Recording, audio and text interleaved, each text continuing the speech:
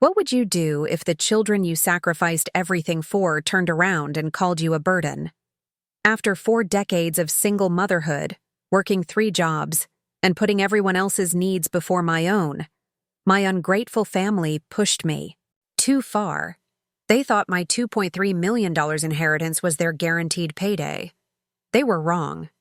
By the time you finish this story, you'll understand why I walked into that lawyer's office and signed every last penny away to charity, and why it was the most liberating decision of my life. Before we jump back in, tell us where you're tuning in from, and if this story touches you, make sure you're subscribed, because tomorrow, I've saved something extra special for you. My name is Dorothy Mitchell, and for 40 years, I've been the invisible backbone of a family that forgot I was human. It all started in 1984 when my husband James walked out on me and our 3 children, Rebecca, 8, Michael, 6, and little Sarah, just 4 years old. He left behind a note on the kitchen counter that simply read, "I can't do this anymore. Don't try to find me." I remember standing in our small apartment in Columbus, Ohio, holding that crumpled piece of paper while Sarah tugged at my bathrobe asking why Daddy wasn't coming to breakfast. Rebecca was old enough to understand that something terrible had happened, her wide eyes filled with questions I couldn't answer. Michael just kept building his Lego castle on the living room floor, oblivious to the fact that our world had just collapsed. That night, after I'd tucked all 3 children into bed and promised them Daddy would come back soon, a lie that burned my throat as I spoke it, I sat at the kitchen table with a stack of bills and a bank account that showed $247.83. The rent was $450 a month. Groceries for 4 people ran about $200 weekly.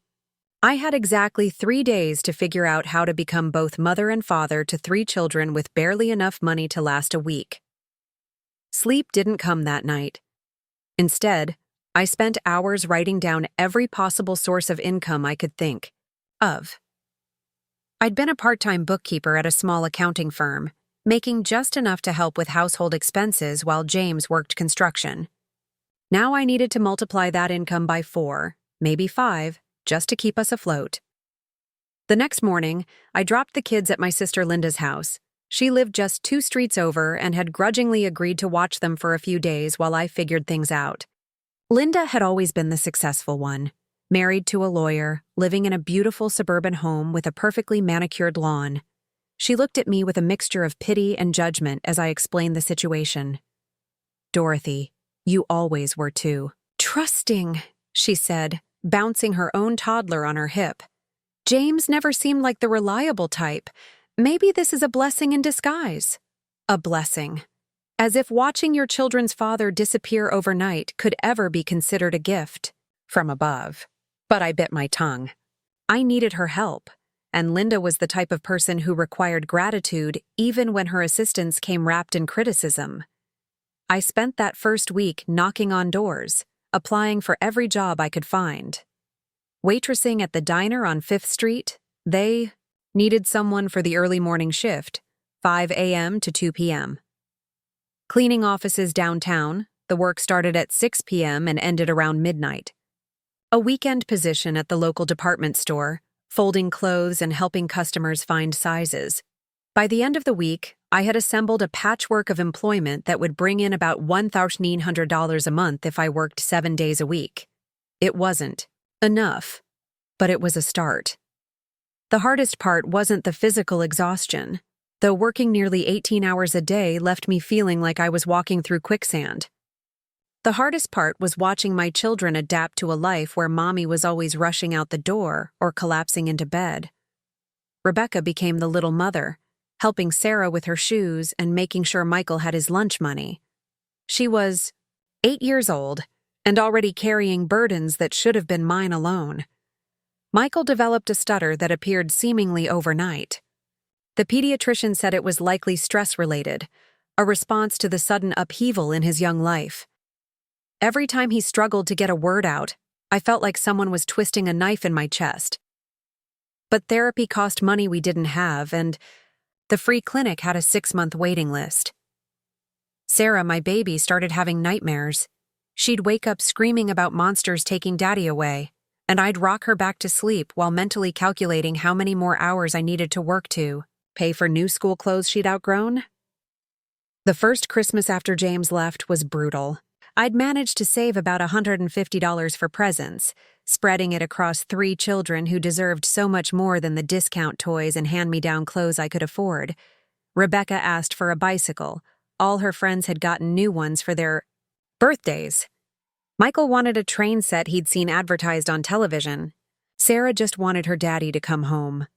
I gave them what I could and made up stories about Santa having a tough year, about how love was more important than expensive gifts. But I'll never forget the look in Rebecca's eyes when she unwrapped the used doll I'd bought from a thrift store and carefully repackaged. She smiled and hugged me and said it was perfect, but I could see the disappointment she was trying so hard to hide. That night, after they'd gone to bed, I sat in the dark living room and cried until my chest ached. Not just for the presents I couldn't afford, but for the childhood innocence my children were losing too early. They were learning to lower their expectations, to be grateful for less, to manage their own disappointment so they wouldn't add to mine.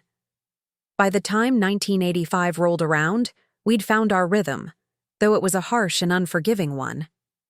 I'd wake up at 4:30 a.m., get ready for the diner shift, and leave detailed notes for Rebecca about getting her siblings ready for school. She'd walk them to the bus stop, make sure they had their lunch money, and somehow manage to get herself ready too. After school, they'd go to Mrs. Henderson's house, a neighbor who watched them for $20 a week, money I could barely spare but couldn't do without. I'd finish at the diner at 2 p.m., pick up the kids, help with homework, make dinner, and then head out to clean offices until midnight. Sleep for 4.5 hours, then start all over again. Weekends meant the department store job, so the kids learned to entertain themselves while I folded clothes and smiled at customers who had no idea. I was running on coffee and sheer determination. The years blurred together in a haze of work and worry. School events I couldn't attend because I was working. Parent-teacher conferences squeezed into 15-minute breaks between jobs. Birthday parties my children were invited to but couldn't attend because I couldn't afford presents for other kids when I could barely manage gifts for my own. But here's what nobody tells you about sacrifice. It becomes invisible. The people benefiting from it start to see it as normal, as something that just happens rather than something someone chooses to do.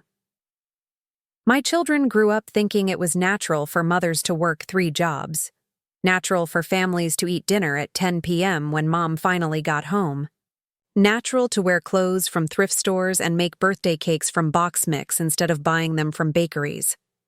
They adapted, as children do, but they also began to assume. By the time Rebecca was in high school, she'd roll her eyes when I couldn't afford the designer jeans her friends wore.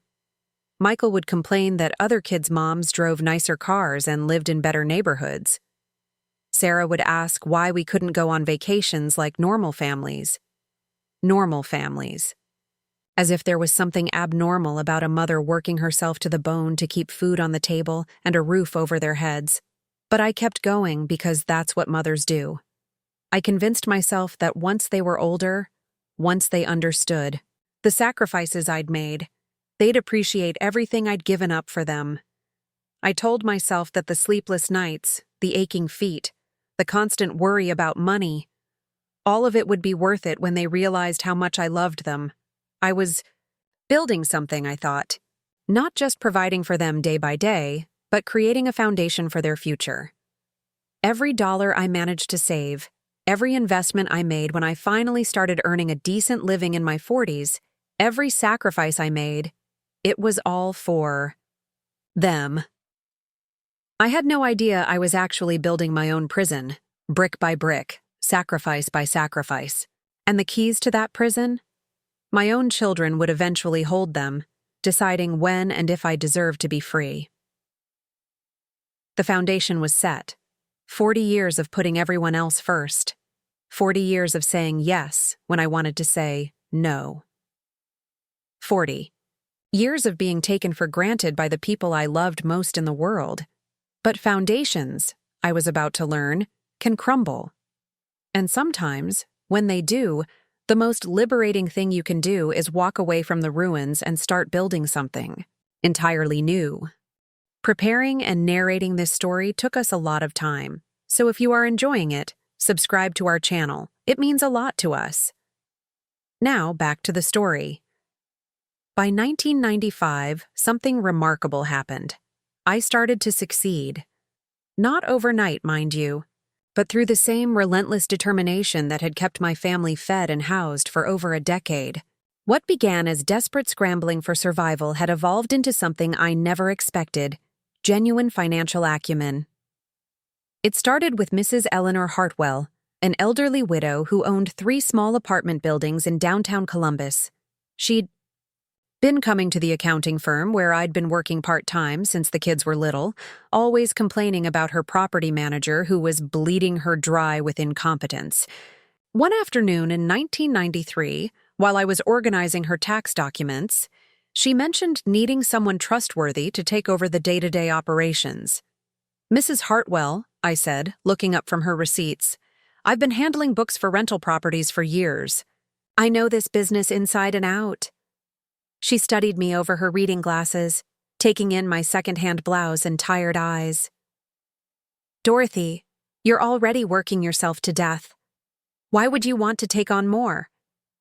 Because more work meant more. Money and more money meant my children could have opportunities I'd never dreamed of. But I didn't say that. Instead, I simply told her I was interested in growing beyond my current situation. Within 6 months, I was managing all 3 of her properties. The previous manager had been skimming money, ignoring maintenance issues, and allowing problem tenants to slide on rent. I implemented systems I'd learned from years of stretching every dollar: detailed budgets, preventive maintenance schedules, and firm but fair tenant policies. The results were immediate. Occupancy rates went from 70% to 95%. Maintenance costs dropped by 40% because we were fixing small problems before they became expensive disasters. Mrs. Hartwell's monthly income from those properties nearly doubled. "Dorothy," she said during one of our quarterly meetings, "you have a gift for this. Have you ever considered investing in real estate yourself?" The idea seemed laughable. I was still working at the diner every morning, still cleaning offices, 3 nights a week. My savings account had grown to a whopping $3,000, a fortune by my previous standards, but hardly enough to buy property. But Mrs. Hartwell saw something I didn't. She offered to co-sign a loan for a small duplex that was about to go into foreclosure. "You manage it, fix it up, rent it out. When you're ready, you buy me out of my half. Consider it an investment in someone who actually knows what they're doing." That duplex became my first real asset. I spent weekends learning plumbing and basic electrical work from YouTube videos and library books. Rebecca, now in high school, would sometimes help me paint walls and install new fixtures. Michael would carry tools and clean up debris. Even Sarah, still in middle school, would sweep floors and organize supplies. "Mom's turning into a regular Bob Vila," Rebecca would joke, though I could hear pride in her voice. For the first time in years, my children were seeing me as more than just the woman who worked all the time. I was building something, creating something, becoming something beyond their provider. The duplex was fully renovated and rented within 4 months. The monthly income covered the mortgage plus an extra $400 that went straight into savings. More importantly, it proved I could do this. Over the next 3 years, I acquired 2 more small properties. Each one taught me something new about renovation, tenant management, and property law. I was still working my regular jobs, but now I had a clear path forward, a way to build real wealth instead of just surviving paycheck to paycheck. By 1998, I was able to quit the night cleaning job. The relief of not having to work until midnight was indescribable. Suddenly, I could help with homework, attend the occasional school event, and even cook dinner at a reasonable hour most nights of the week. But success, I discovered, came with unexpected complications. As my financial situation improved, my children's expectations grew exponentially. Rebecca, now a senior in high school, assumed she'd be going to Ohio State University, not because she'd earned a scholarship or because we'd discussed whether I could afford it, but because all her friends were going to college and she deserved the same opportunities. When I suggested she might want to consider community college for the first 2 years to save money, she looked at me like I'd suggested she drop out entirely. "Mom, you own 3 rental properties now.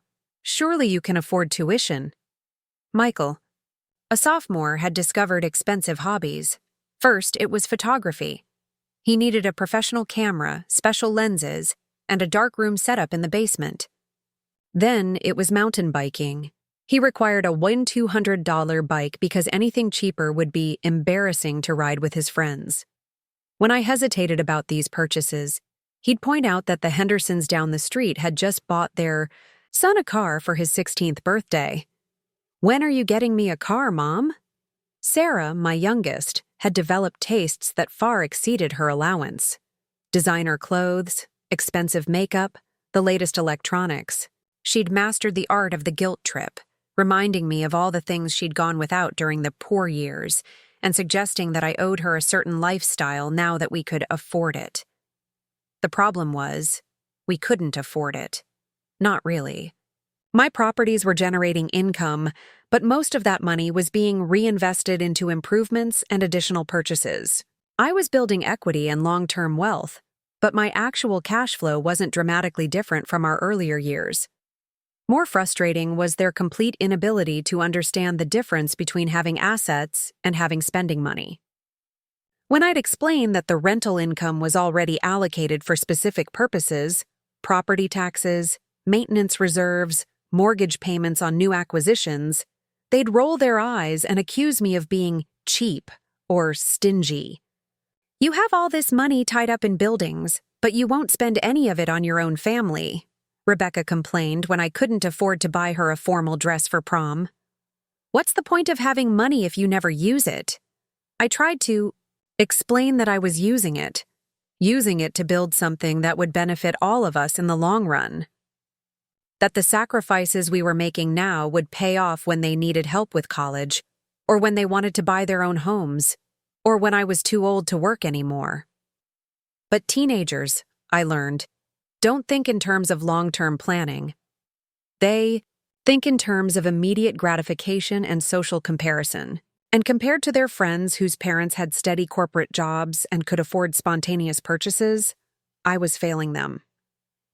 The ironic thing was that I was working harder than ever, managing 3 rental properties while still working at the diner, and the accounting firm meant 12-hour days were normal. I was up at 5 a.m. fixing a broken pipe at one property, at the diner by 7 a.m., handling tenant calls during my lunch break, working at the accounting office until 6 p.m., and then showing apartments to prospective renters until 8 p.m. But instead of seeing my work ethic as something to admire, my children began to see it as evidence that I wasn't making time for what they considered important. School plays, sports events, social gatherings. If I missed them because I was working, it was because I was choosing work over family. "Sarah's mom was at the talent show," Sarah would point out. "Jennifer's mom volunteers at all the school fundraisers. Why can't you ever make time for that stuff?" Because Sarah's mom was married to an insurance agent who made $80,000 a year. Because Jennifer's mom had the luxury of volunteering instead of working. Because their mothers hadn't spent the last 15 years clawing their way up from $247.83 in the bank and 3 jobs that barely covered rent. But I couldn't say any of that without sounding bitter. And I didn't want my children to carry the weight of understanding exactly how much I'd sacrificed. I wanted them to feel secure, to believe that success was normal and achievable. I wanted them to have confidence in their future. What I didn't realize was that in protecting them from the reality of our struggle, I was also protecting them from understanding the value of what I'd built. By 2001, I owned 6 rental properties and had finally been able to quit the diner job. My mornings were my own for the first time in nearly 2 decades. I could drink coffee slowly, read the newspaper, maybe even take a shower without rushing. It felt like winning the lottery. Rebecca was finishing her degree at Ohio State, a degree I was paying for entirely, despite her initial assumption that student loans and scholarships would cover most of the cost. Michael was a senior in high school, driving the used Honda Accord I'd bought him for his 17th birthday, and already talking about wanting to go to college out of state. Sarah was thriving in high school, involved in drama club and student government activities that required a steady stream of fees, costumes, and transportation. I was proud of what I'd built and proud of the opportunities I was able to provide. My children were healthy, educated, and confident. They had options I'd never dreamed of at their age, but somewhere along the way, I'd become invisible again. Not the struggling single mother they'd once tried to help, but the successful property owner they simply expected to fund their lives. My achievements had become their entitlements. My hard work had become their inheritance. Not something they'd receive someday, but something they were already spending, and the most painful part? They genuinely believed they deserved it all, not because I'd earned it, but because they were my children, and taking care of them was simply what mothers did. The foundation I'd built was solid, but the people living on top of it had forgotten who'd poured the concrete. The year 2005 marked what should have been a celebration. Rebecca graduated from Ohio State with a degree in marketing. Michael was accepted to the University of Cincinnati for engineering, and Sarah was excelling as a junior in high school. I owned 8 rental properties by then, had built a small real estate management company with 4 employees, and for the first time in my life, I had genuine financial security. But success, I was learning, had transformed my children in ways I never anticipated. Rebecca's graduation party was my first real glimpse into who my eldest daughter had become. She'd insisted on having the celebration at the Hilton downtown. Nothing else would be appropriate for her friends and professors.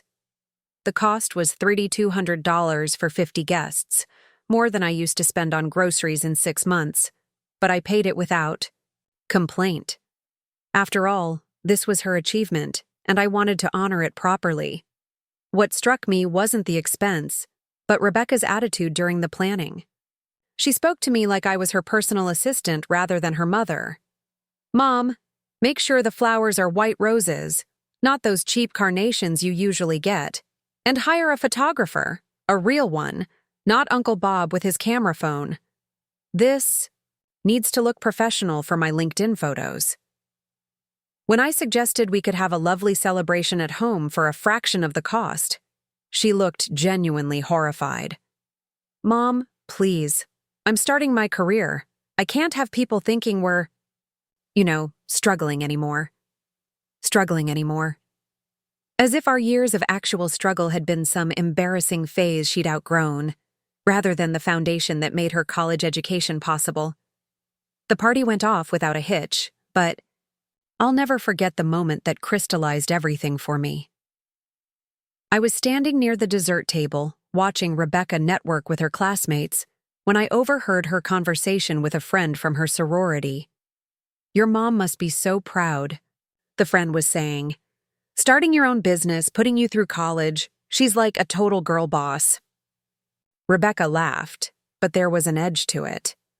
"Oh, Mom didn't put me through college. I had scholarships and loans like everyone else. She just helped out a little here and there. A little here and there. I had paid $47,000 in tuition over 4 years, not counting room and board, textbooks, or the monthly allowance that kept her from having to work while studying. But in Rebecca's version of history, her education was her own achievement, and my contribution was minimized to helping out a little. That conversation haunted me for weeks, not because I needed credit or recognition, but because it revealed how completely my daughter had rewritten our family's story. In her mind, she was a self-made success, who'd happened to have a mother who could help out occasionally. Michael's turn came 2 years later, and if anything, his sense of entitlement was even more pronounced than his sister's. "Mom, I need a laptop for school. he announced one afternoon in July, just before his sophomore year. Not just any laptop. I need a MacBook Pro with all the engineering software. It's going to run about $4,500. I was sitting at my kitchen table, reviewing rental income statements and planning my budget for property improvements. Michael, that's quite expensive. Are you sure there isn't a more affordable option that would work just as well? He looked at me like I'd suggested he attend classes with a stone tablet and chisel. Mom, I'm studying engineering at UC. I can't show up with some cheap Dell laptop when everyone else has professional equipment. Besides, it's an investment in my future. An investment in his future. Using my money. What about the laptop fund we talked about you building with a summer job?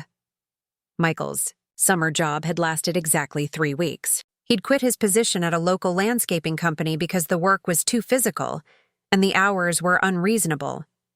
This from a healthy 19-year-old who'd never had to work 3 jobs simultaneously to keep food on the table.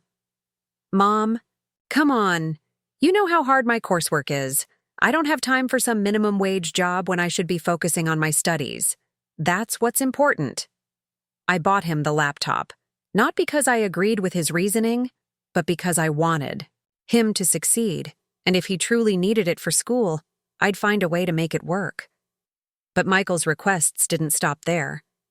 That semester alone, he needed $800 for textbooks, $300 for a graphing calculator, $150 monthly for lab fees that never appeared on any official school bill, and $200 for what he claimed were mandatory social events for his engineering fraternity.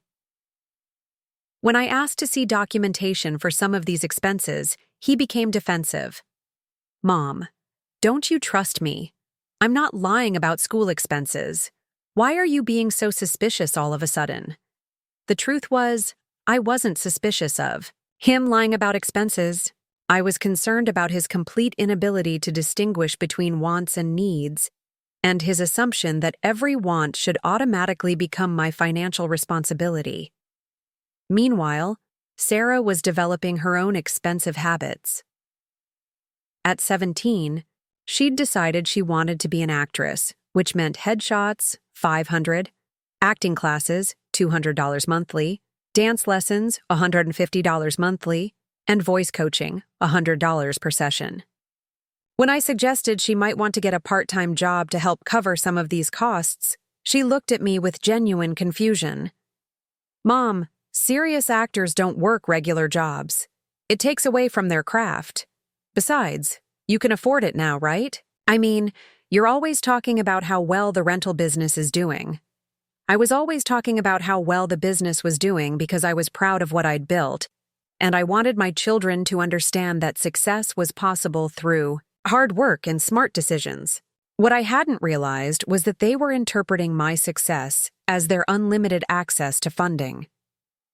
The breaking point came during Thanksgiving dinner in 2007.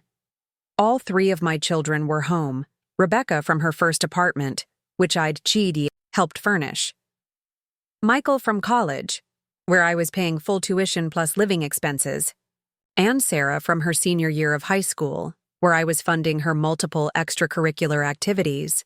I'd spent the entire week preparing for their visit, deep cleaning the house, grocery shopping for all their favorite foods, and rearranging my work schedule so I could be fully present for our time together. I was genuinely excited to have all my children under one roof again. The conversation started innocently enough. Rebecca was telling us about her new job at a marketing firm in Cleveland. Michael was describing his engineering projects, and Sarah was bubbling with excitement about her upcoming lead role in the school play. But somehow the discussion shifted to their future plans, and that's when everything unraveled. I'm thinking about getting my MBA, Rebecca announced, cutting into her turkey. There's a great program at Northwestern, but it's pretty expensive. 2 years, about $80,000 total. Before I could respond, Michael chimed in. That's nothing compared to what I'm going to need. If I want to get into a good graduate program for structural engineering, I'll probably need to do an unpaid internship next summer instead of working. Can you cover my living expenses for those 3 months? Sarah, not to be outdone, jumped in with her own announcement.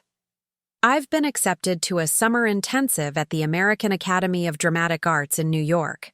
It's only $15,000 for 6 weeks, but it could really launch my career. I sat there, fork halfway to my mouth, listening to my 3 children casually discuss over $100,000 in expenses as if they were talking about the weather. Not one of them had asked if I could afford these things. Not one had suggested they might contribute to the costs themselves. They were simply informing me of their needs and assuming I'd figure out how to make it happen. "Wait," I said, setting down my fork. "Let me make sure I understand this correctly. Rebecca, you want me to pay for your MBA while you're already working full-time. Michael, you want me to support you for a summer while you work for free instead of earning money. And Sarah, you want me to pay $15,000 for a 6-week acting program." They all looked at me with varying degrees of confusion, as if I'd missed something obvious. "Mom," Rebecca said patiently, "these are investments in our futures. It's not like we're asking for money to waste on frivolous things." "Besides," Michael added, "you've always said education was important. This is just continuing our education." Sarah nodded enthusiastically. "And Mom, you're always telling us to follow our dreams. This program could be my big break." I looked around the table at these 3 adults who had somehow convinced themselves that pursuing their dreams was my financial responsibility. They'd taken every sacrifice I'd made, every dollar I'd earned, every opportunity I'd given them, and transformed it into evidence that I owed them even more. "What about working?" I asked. "What about applying for scholarships or student loans, or finding ways to fund these goals yourselves?" The silence that followed was deafening. Then Rebecca actually laughed. "Mom, be realistic. We can't be expected to work minimum wage jobs when we have serious career goals to pursue. That's what college is for, to move beyond that kind of work." "And you've done so well with your business," Michael added. "Why should we struggle the way you did when you've already built something successful?" There it was, the logic that had been building for years, finally spoken out loud. I had worked and sacrificed so they wouldn't have to work and sacrifice. My success was supposed to eliminate their need for effort, struggle, or personal responsibility. Excused myself from the table and walked outside into the cold November air. Standing in my backyard, looking at the garden I'd planted and the home I'd renovated with my own hands, I realized that somewhere along the way, I'd created exactly what I'd been trying to avoid. I'd raised 3 children who believed the world, owed them everything they wanted simply because they wanted it. And worse, they believed I owed them unlimited funding for their dreams. Not because I'd agreed to it, but because I'd been too successful at providing for them.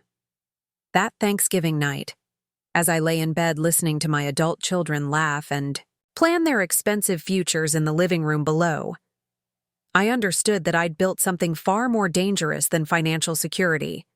I'd built a family of people who saw me not as a person with my own needs and limits, but as an unlimited resource for their ambitions.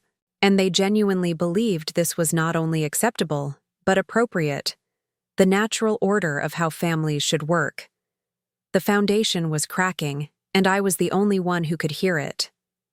The months following that Thanksgiving dinner became a masterclass in how good intentions can create monsters. Despite my growing unease about my children's attitudes, I found myself saying yes to their requests one by one. Rebecca's MBA program, Michael's unpaid internship, Sarah's acting intensive, I funded them all, telling myself that this was what successful parents did for their children. But each yes came with a price I hadn't anticipated, not just the financial cost, though that was significant enough, but the cost to my relationships with the people I'd sacrificed everything to raise. Rebecca's MBA experience was particularly eye-opening. She'd moved to Chicago for the Northwestern program, and I was covering not just her tuition but also her living expenses in one of the city's most expensive neighborhoods. When I suggested she might consider a less costly area or perhaps find a roommate to share rent, she responded with a lecture about professional image and networking opportunities. Mom, the people in my program are going to be CEOs and executives. Someday. I can't show up looking like I'm struggling financially. That would hurt my prospects. So I paid $2,800 monthly for her one-bedroom apartment in Lincoln Park, plus $500 weekly for what she called networking dinners and professional development events. When I visited her that spring, I was shocked to discover that her idea of struggling financially would have been my definition of living like royalty. Her apartment was immaculate and expensively furnished, not with furniture I'd bought, but with items she'd purchased using the credit card I'd given her for emergencies. A $3,000 sectional sofa, a $1,200 dining set, artwork that cost more than I used to make in a month at the diner. "Rebecca," I said, standing in her living room surrounded by luxury I was unknowingly financing. "This credit card was supposed to be for true emergencies." She looked genuinely puzzled by my concern. "Mom, I needed furniture. I couldn't live in an empty apartment. What would people think if they came over and I was sitting on folding chairs? What would people think?" This phrase had become Rebecca's primary decision-making criterion, and somehow, every conclusion led to me opening my wallet wider. But the furniture was nothing compared to what I discovered when I offered to help her organize her finances. Rebecca had been charging everything to various credit cards I didn't even know she had, and making minimum payments with the allowance money I sent her monthly. "How much do you owe?" I asked, looking at statements scattered across her expensive dining table. "It's not that bad," she said quickly. "Maybe $18,000 across all the cards, but I'll pay it off once I graduate and get a good job." $18,000 in credit card debt, accumulated in less than a year, while I was already paying for her education and living expenses. When I expressed shock at this amount, Rebecca became defensive. "Mom, you don't understand the pressure. I'm under. Everyone in my program comes from money. I can't look like the poor kid who can't afford to go out to dinner or buy decent clothes. This debt is an investment in my future networking." I paid off her credit cards, not because I agreed with her reasoning, but because I couldn't bear the thought of her starting her career buried under high-interest debt. But as I wrote that check for $18,000, I realized I wasn't helping her. I was enabling her to avoid the consequences of her choices. Meanwhile, Michael's unpaid internship was revealing its own complications. The internship itself was legitimate, prestigious position with a structural engineering firm that would indeed look impressive on his resume. But Michael's interpretation of what I should cover during his 3 months in Seattle stretched far beyond basic living expenses. "Mom, I need a car out here," he called to tell me 2 weeks into his internship. "The public transportation is terrible, and I can't show up to work looking sweaty from walking in the rain." A reasonable request, I thought, until he explained that he'd already found the perfect vehicle, a used BMW 3 Series for $28,000. When I suggested a more economical option, he had a ready response. "Mom, I'm working with senior engineers who drive nice cars. Image matters in this industry. Besides, it's not like I'm asking for a new one." I bought him the BMW, but I also established what I thought was a reasonable monthly budget for his other expenses, $1,500 for rent, utilities, and food. Within 2 weeks, he'd blown through that amount and was calling for more. "The cost of living here is higher than we thought," he explained. "And I've been invited to some networking events that are pretty expensive. There's this group of young professionals that meets at high-end restaurants, and it's a great way to make connections." Every conversation with Michael followed the same pattern. He would present a financial need. I would question whether it was truly necessary, and he would explain why anything less than what he wanted would somehow damage his professional prospects.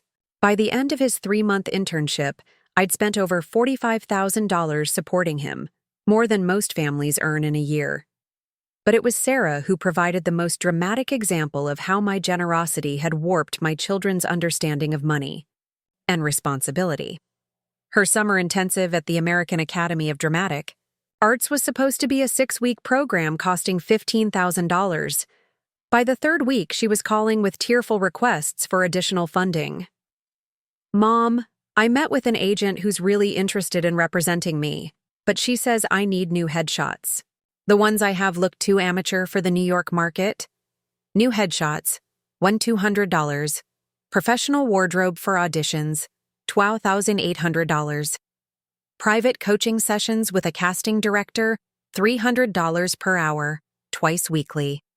Voice lessons with a Broadway vocal coach, $150 per session, 3 times weekly. Each request came with the same emotional manipulation. Mom, this could be my big break. I'm so close to making it, but I need these things to compete with the other actors here. By the end of Sarah's 6 weeks in New York, I'd spent an additional $12,000 beyond the original program cost. And what did she have to show for it? A few professional photos, some expensive clothes, and a long list of contacts who might, possibly, someday, call her for an audition. But the real revelation came when I picked her up from the airport. Sarah was bubbling with excitement about her New York experience, but she also had some surprising news. Mom, I've decided I want to stay in New York permanently. I found a great apartment share in Manhattan. It's only $2,200 a month for my portion. And I've already found a survival job working at an upscale restaurant where lots of actors work. I should have been proud that she'd found employment, but when she described this survival job, I realized she expected me to continue supplementing her income indefinitely. The restaurant job will cover my basic expenses, she explained, but I'll still need help with acting-related costs. Classes, headshots, auditions. That stuff adds up quickly. Maybe $500 a month should cover it. Maybe $500 a month. Said so casually, as if she were discussing the weather rather than asking me to fund her dreams indefinitely. Sarah, I said carefully, what's your plan for becoming financially independent? She looked at me with genuine confusion. Mom, I am financially independent. I have a job. I just need a little help with the extras while I'm building my career. The extras. Acting classes, private coaching, professional photos, audition outfits, transportation to casting calls, and networking events. In Sarah's mind, anything related to her acting career wasn't a personal expense. It was an investment I should be happy to make. That night, I sat in my home office with a calculator and a stack of bank statements, trying to comprehend what my children's dreams were costing me. In the past year alone, I'd spent over $180,000 on their various pursuits. Rebecca's MBA and living expenses, Michael's internship and car, Sarah's acting program and ongoing support, it was more money than I'd made during my first 10 years of struggling as a single mother. But the financial cost wasn't even the most disturbing part. What kept me awake at night was the realization that despite spending small fortunes on their education and opportunities, my children had learned nothing about the value of money, the importance of hard work, or the satisfaction that comes from earning your own success. They'd become adults who believed that wanting something badly enough was sufficient justification for someone else to pay for it. They'd developed an entitlement so complete that they couldn't even see it as entitlement. In their minds, they were simply accepting the support that loving parents naturally provided. The breaking point came in October of 2008, during what I now think of as the phone call that changed everything. I was dealing with the financial crisis like everyone else. Property values were dropping, some tenants were struggling to pay rent, and my own income had decreased significantly. I'd been quietly adjusting my budget, cutting back on personal expenses, and working longer hours to maintain my properties and keep my business afloat. I hadn't shared these concerns with my children because I didn't want them to worry. And honestly, I still believed I could weather the storm without affecting their support. Rebecca called first, her voice tight with panic. Mom, I need to talk to you about something serious. My credit cards are maxed out again, and I have some unexpected expenses coming up. Unexpected expenses. The phrase had become code for things I want but can't afford. What kind of expenses, Rebecca? Well, there's this networking conference in Miami that could really help my career. It's $3,500 for the registration and travel, but the connections I could make would be invaluable. $3,500 for a conference, while I was working 16-hour days trying to keep my business solvent during the worst economic crisis in decades. Rebecca, things are tight right now with the economy. Mom, she interrupted, her voice taking on an edge I'd never heard before. You're not going to let a little market fluctuation interfere with my career, are you? This conference could set me up for life. A little market fluctuation. She'd dismissed the worst economic crisis since the Great Depression as a minor inconvenience that shouldn't affect her access to my money. That's when I realized that my children didn't just expect financial support. They felt entitled to it, regardless of my circumstances, my needs, or my ability to provide it. In their minds, my money wasn't really mine at all. It was simply a resource they could access whenever they decided they needed it. The winter of 2008 brought more than just economic uncertainty. It brought a series of revelations that shattered every illusion I'd maintained about my relationship with my children. What I discovered wasn't just that they took my support for granted, but that they'd begun to actively resent me for not providing more. It started with what I initially thought was a family emergency. Michael called me at 2 a.m. on a Tuesday in December, his voice shaking with what sounded like genuine distress. Mom, something terrible has happened. I need you to wire me $5,000 immediately. My heart stopped. Emergency calls at 2 a.m. usually meant hospitals, accidents, or worse. Michael, what's wrong? Are you hurt? I can't explain over the phone, he said, his voice breaking. I just need the money transferred to my account right now. Please, Mom, this is serious. Within 20 minutes, I'd transferred the money, no questions asked. When someone you love calls in a parent crisis, you act first and ask questions later. It wasn't until the next afternoon that I discovered the true nature of Michael's emergency. He'd been gambling. Not occasionally, not small amounts, but regularly and heavily through online poker sites. The $5,000 I'd sent was to cover a debt he owed to other players, a debt that came with threats if not paid immediately. Michael, I said when he finally confessed, how long has this been going on? The silence stretched so long I thought the call had dropped. Finally he spoke, his voice barely above a whisper. Since sophomore year. Maybe longer. 3 years.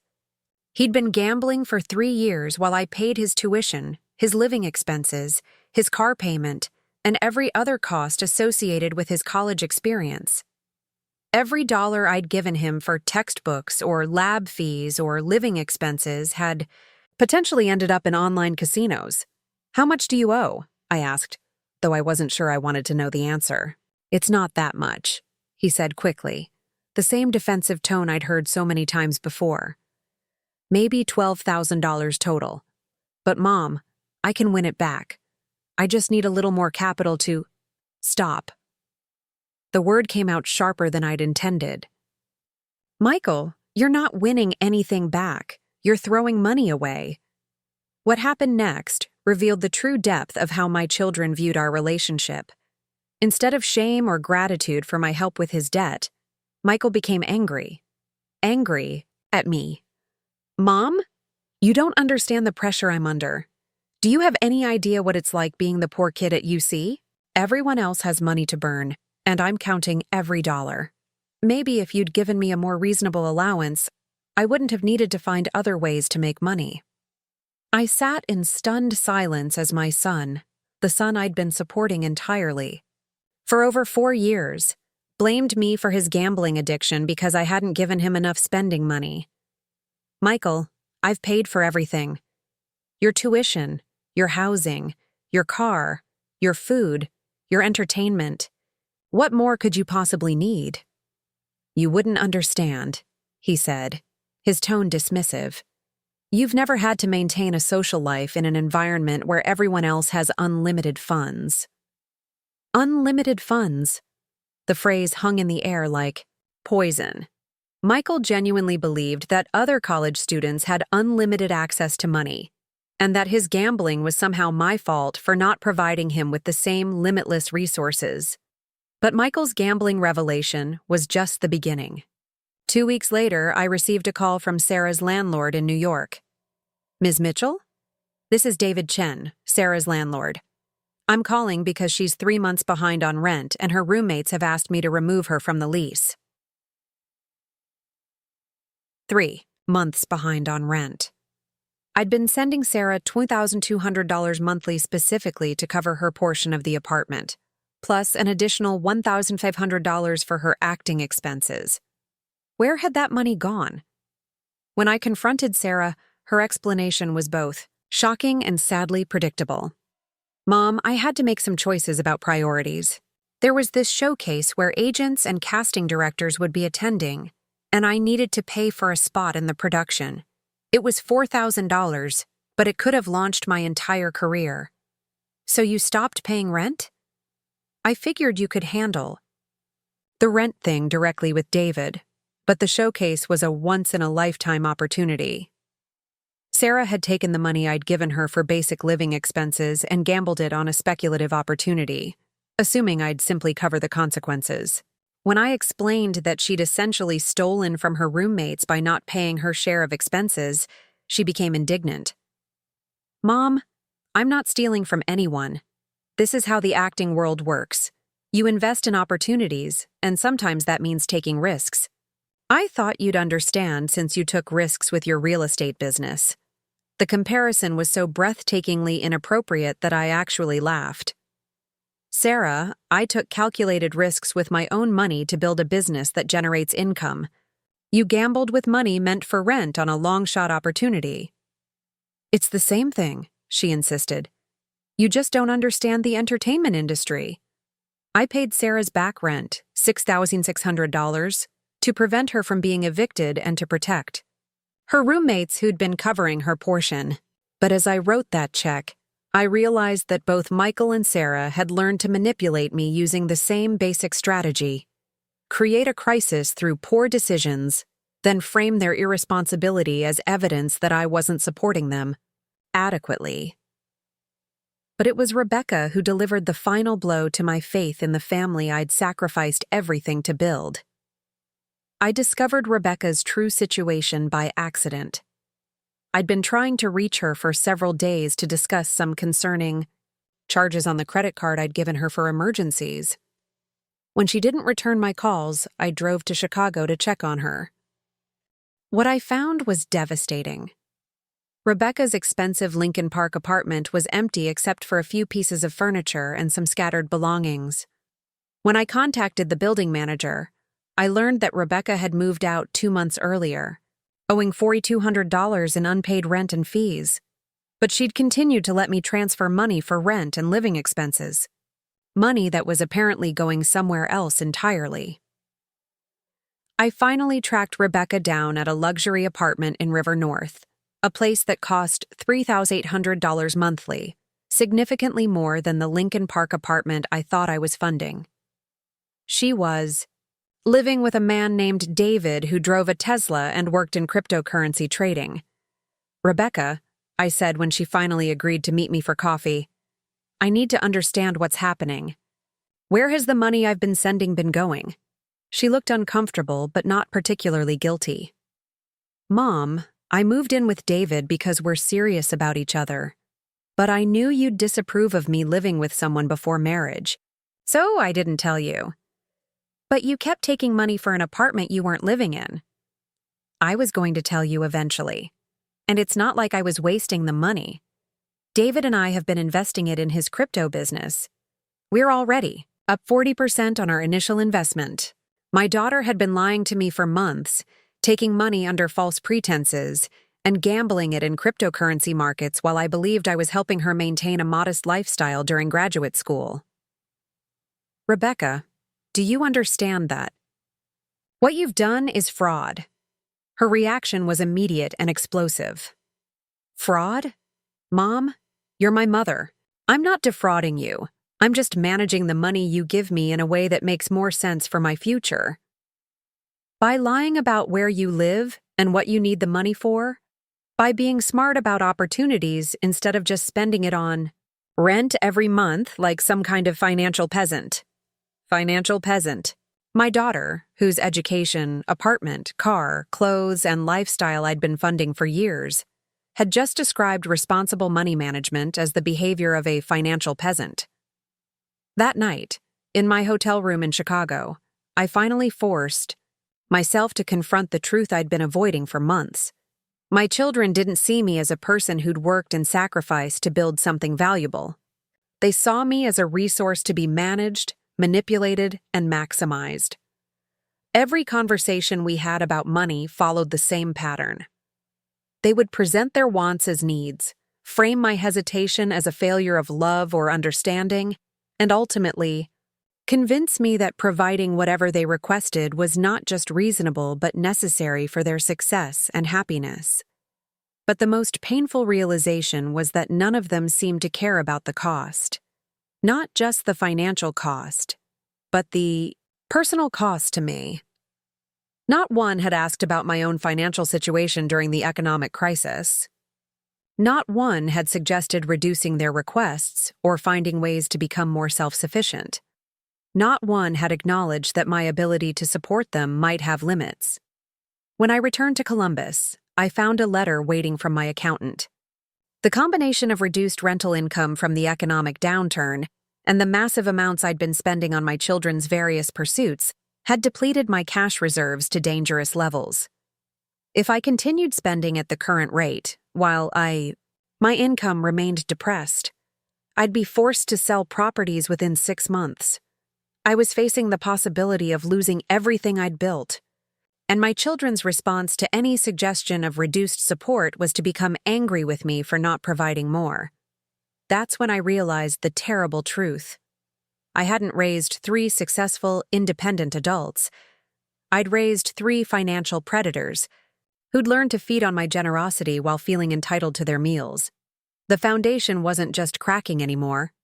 It was crumbling, and I was the only one who seemed to notice or care.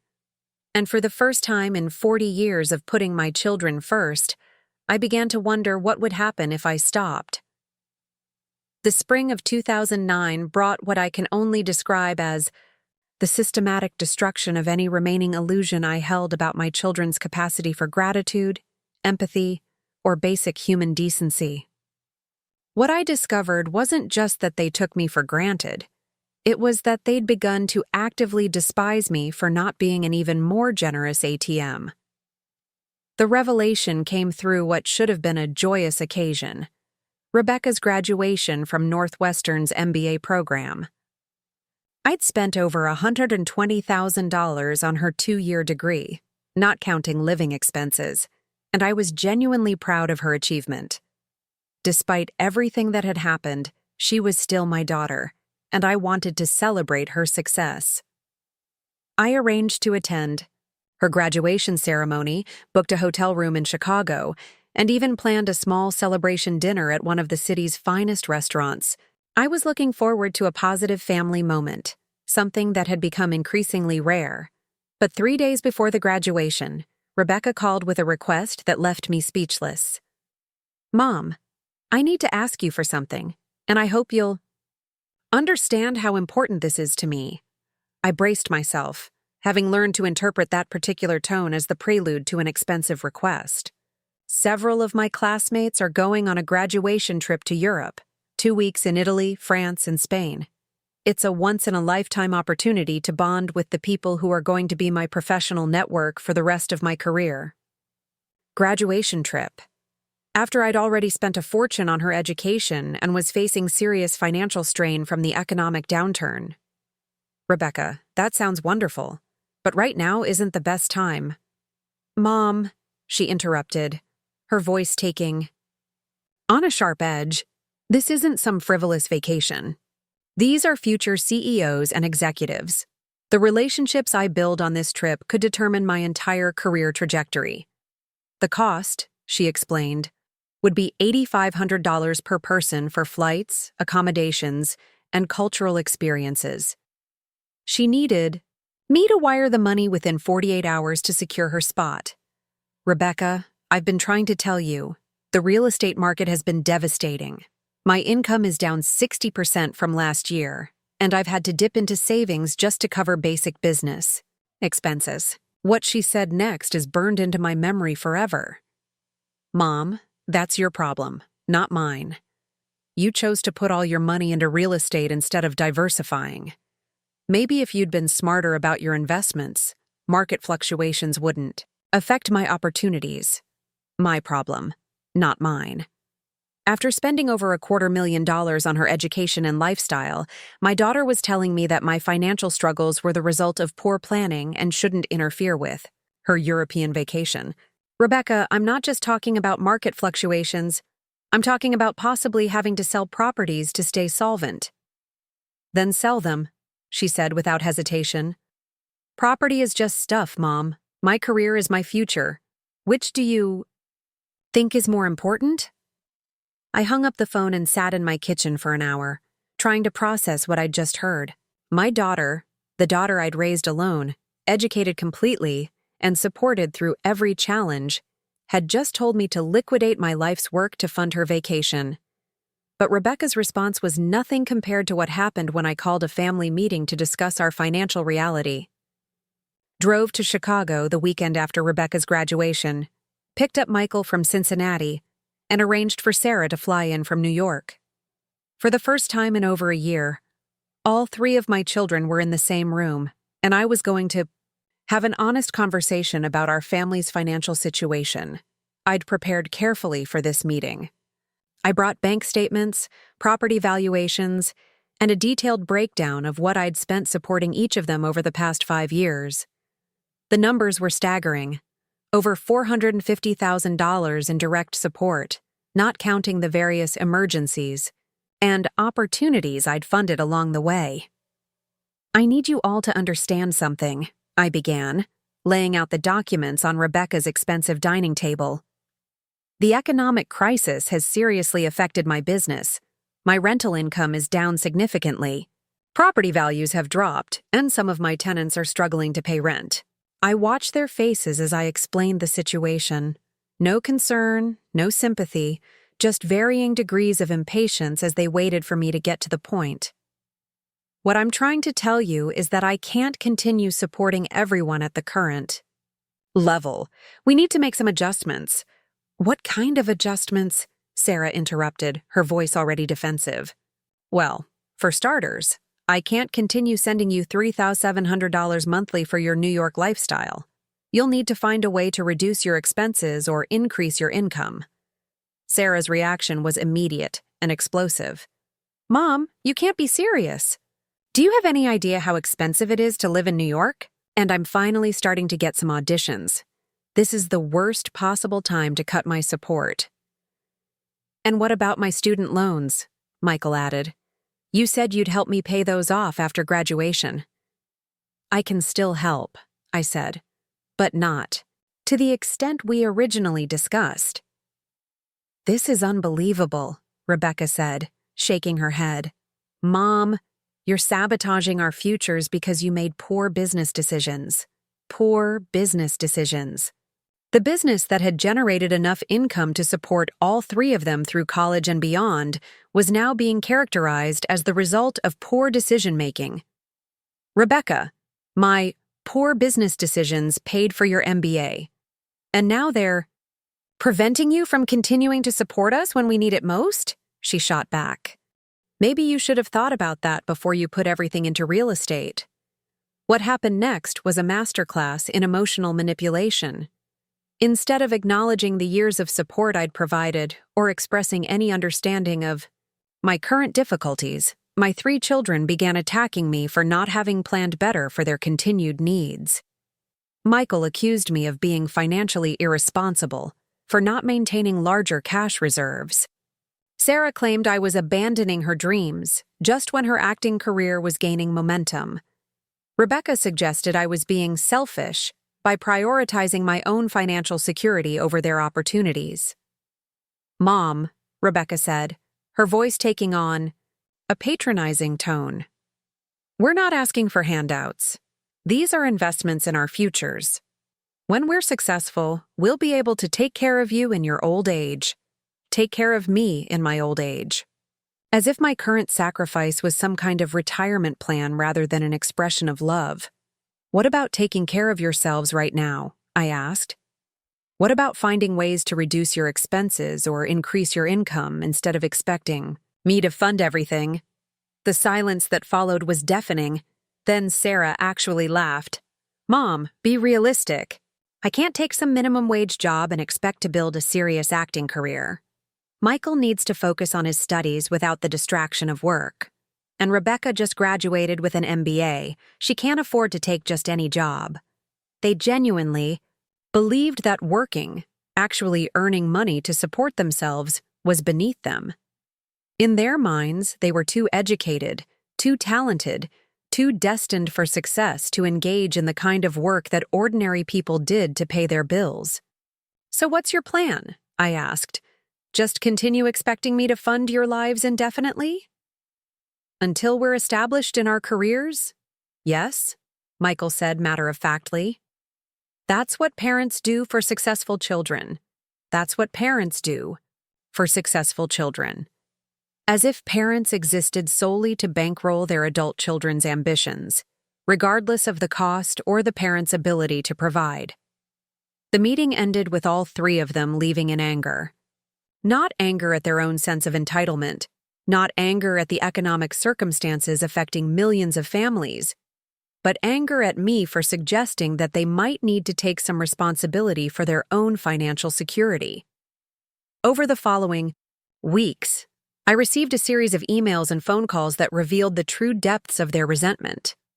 Sarah accused me of crushing her dreams and suggested that I didn't really love her if I wasn't willing to sacrifice everything for her success.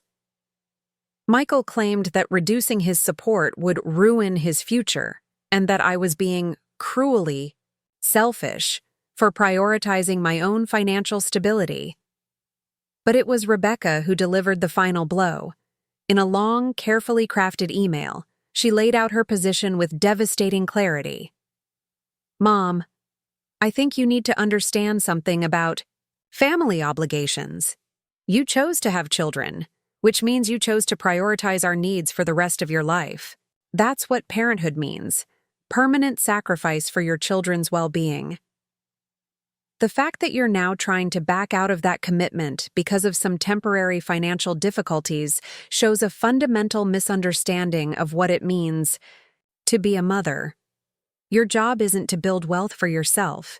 It's to ensure that your children have every opportunity to succeed. If you can't see that, then maybe you were never really cut out for motherhood in the first place. Never really. Cut out for motherhood, after 40 years of single parenthood, after working 3 jobs to keep food on the table, after sacrificing every personal dream and ambition to ensure they had opportunities I'd never imagined, my daughter was questioning whether I was fit to be a mother because I couldn't continue funding their lifestyles indefinitely. That night, I sat in my home office surrounded by 40 years of memories, school photos, report cards, graduation pictures, thank you notes from teachers praising the children I'd raised alone. I looked at these mementos of a lifetime spent putting others first, and I realized something that should have been obvious years earlier. My children didn't love me. They loved what I could provide for them. They didn't see me as a person with my own needs, dreams, and limitations. They saw me as a resource to be extracted from, a source of funding to be managed and manipulated, and when that resource became limited, they didn't respond with understanding or gratitude for what I'd already given. They responded with anger and resentment that I wasn't giving more.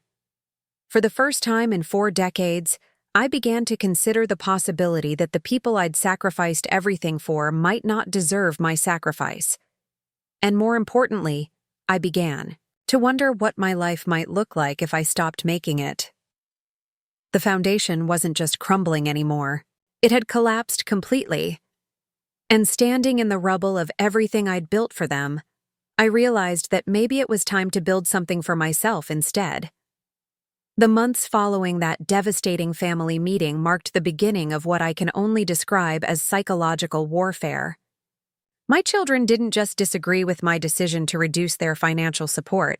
They launched a coordinated campaign designed to punish me into submission. It started with silence, not the comfortable silence of busy lives, but the deliberate, calculated silence of people who wanted me to feel their absence like a physical wound. Rebecca stopped answering my calls entirely. When I tried texting, she would read the messages, I could see the read receipts, but never respond. When I finally reached her by calling from a different number, she picked up with a cold, formal tone I'd never heard from her before. "Oh, it's you," she said, as if I were a telemarketer rather than her mother. "I was wondering when you'd resort to deception to get my attention. Rebecca, I just wanted to see how you're doing." "How I'm doing?" She laughed, but there was no humor in it. "I'm doing exactly as well as someone can do when their own mother abandons them right when they need support most. Abandons them. I had spent over $250,000 on her education and lifestyle, and because I could no longer fund her European vacation and unlimited monthly allowance, I was abandoning her. Sweetheart, I haven't abandoned you. I'm just asking everyone to be more financially responsible." "Don't call me sweetheart," she snapped. "You lost the right to use endearing terms when you decided your bank account was more important than your children's futures." The conversation ended with her hanging up on me. Over the following weeks, I tried calling, texting, and even sending emails, but Rebecca maintained complete radio silence. It was as if I'd ceased to exist the moment I stopped being an unlimited source of funding. Michael's approach was different, but equally devastating. Instead of cutting off communication entirely, he transformed every interaction into an opportunity to express his disappointment and anger. "How's school going?" I'd ask during our increasingly rare phone calls. "It would be going better if I didn't have to worry about money all the time," he'd respond. "It's hard to focus on engineering when you're constantly stressed about whether you can afford basic necessities." Basic necessities. This from a young man who drove a BMW, lived in a luxury apartment, and had never in his life had to choose between paying rent and buying food. When I'd try to redirect the conversation to something positive, his classes, his friends, his internship prospects, he'd find a way to circle back to his financial hardships. "I had to turn down a networking event last week because I couldn't afford the entrance fee," he'd say. "All my classmates were there making connections. That could help their careers. But I had to miss out because my mother decided to cut my support." Every conversation became an exercise in guilt and manipulation. Michael had perfected the art of making me feel responsible for every missed opportunity, every social event he couldn't attend, every career-building experience he had to decline due to lack of funds. But it was Sarah who proved to be the most creative in her campaign of emotional manipulation. She began posting on social media about her struggles as a young artist trying to make it in New York.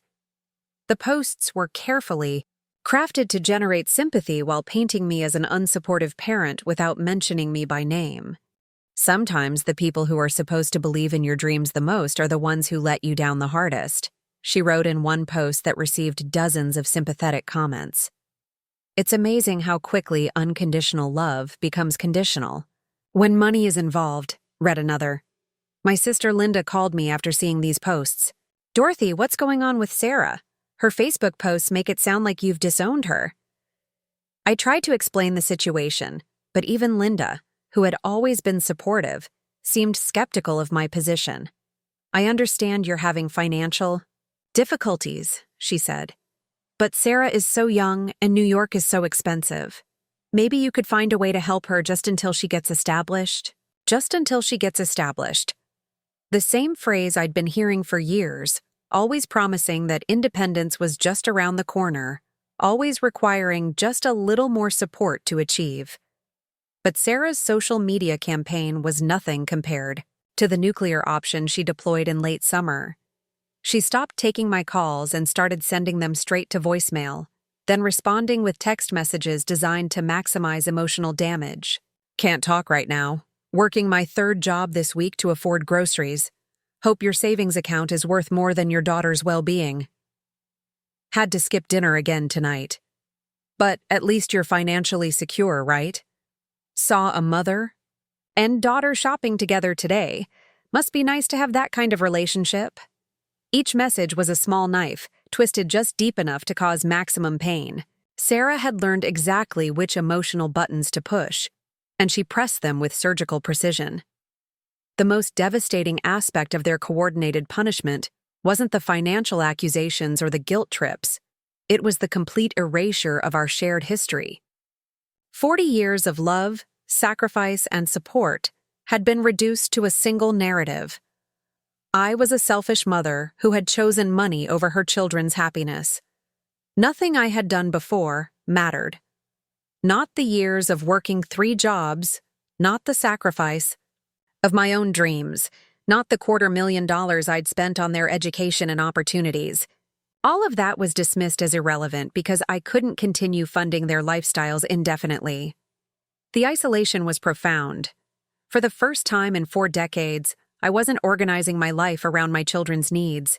I wasn't planning my budget around their requests. I wasn't structuring my time around their crises and opportunities. Instead, I was completely alone. At first, the silence felt like punishment, which was exactly what it was intended to be. My children had calculated that the pain of losing them would be greater than the financial strain of supporting them, and they were betting that I'd cave under the pressure. But as weeks turned into months, something unexpected happened.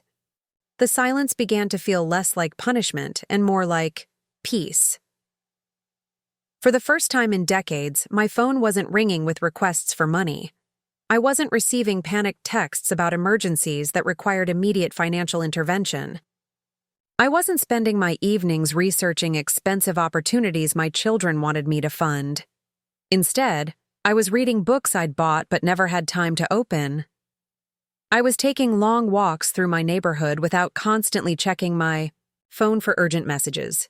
I was cooking meals for myself, actual meals, not quick snacks grabbed between crises. I began to rediscover parts of myself that had been buried under 4 decades of constant caregiving.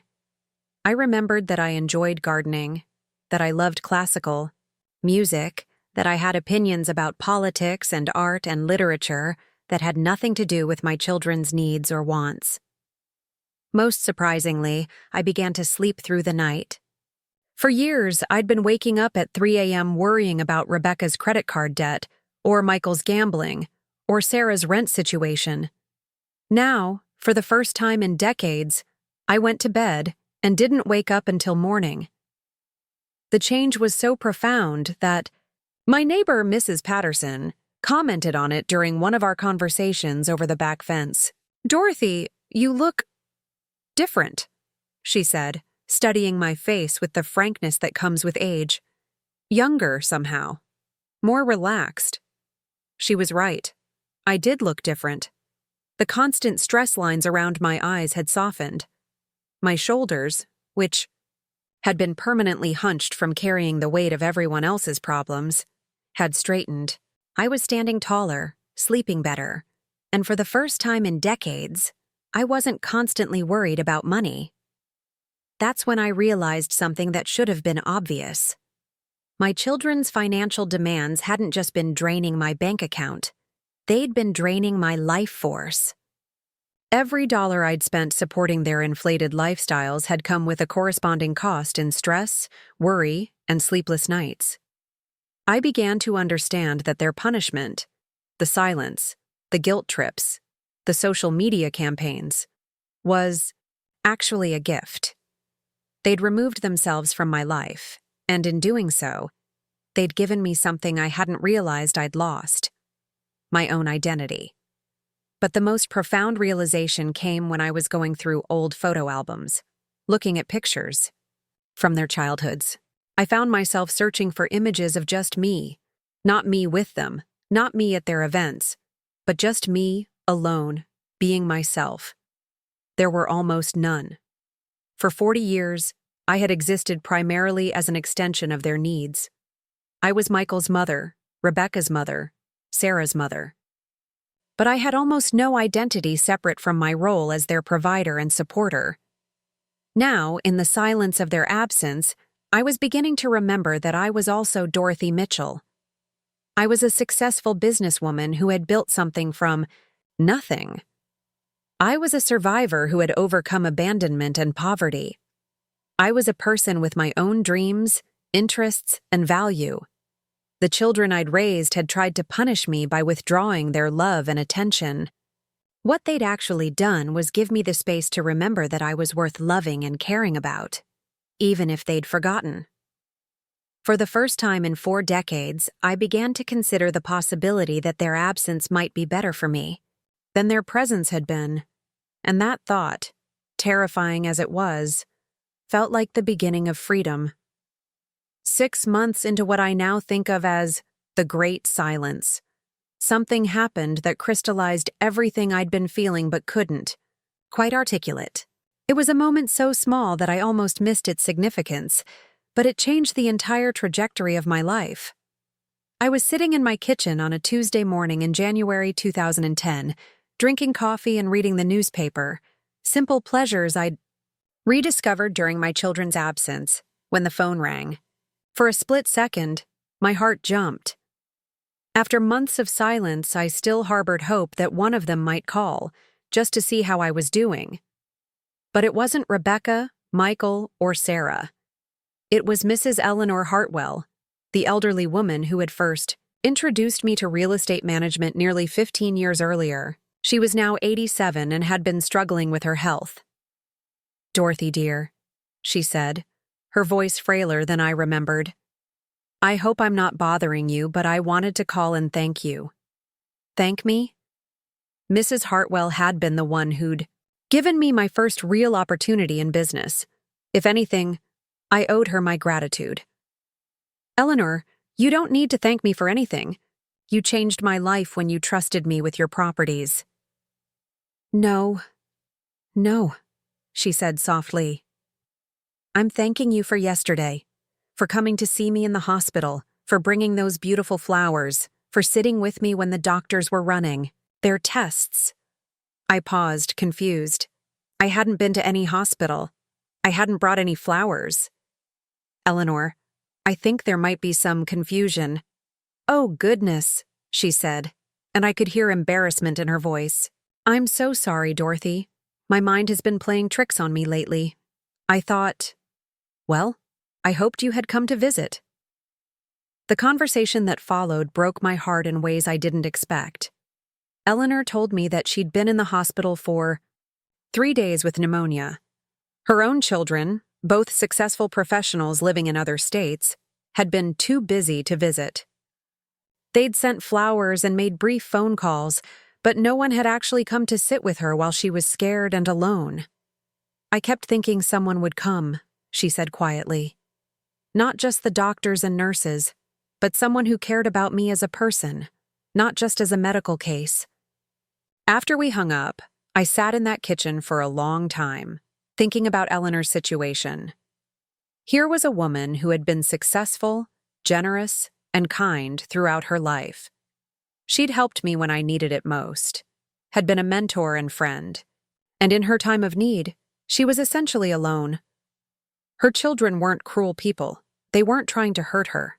They were just busy with their own lives, their own priorities, their own problems.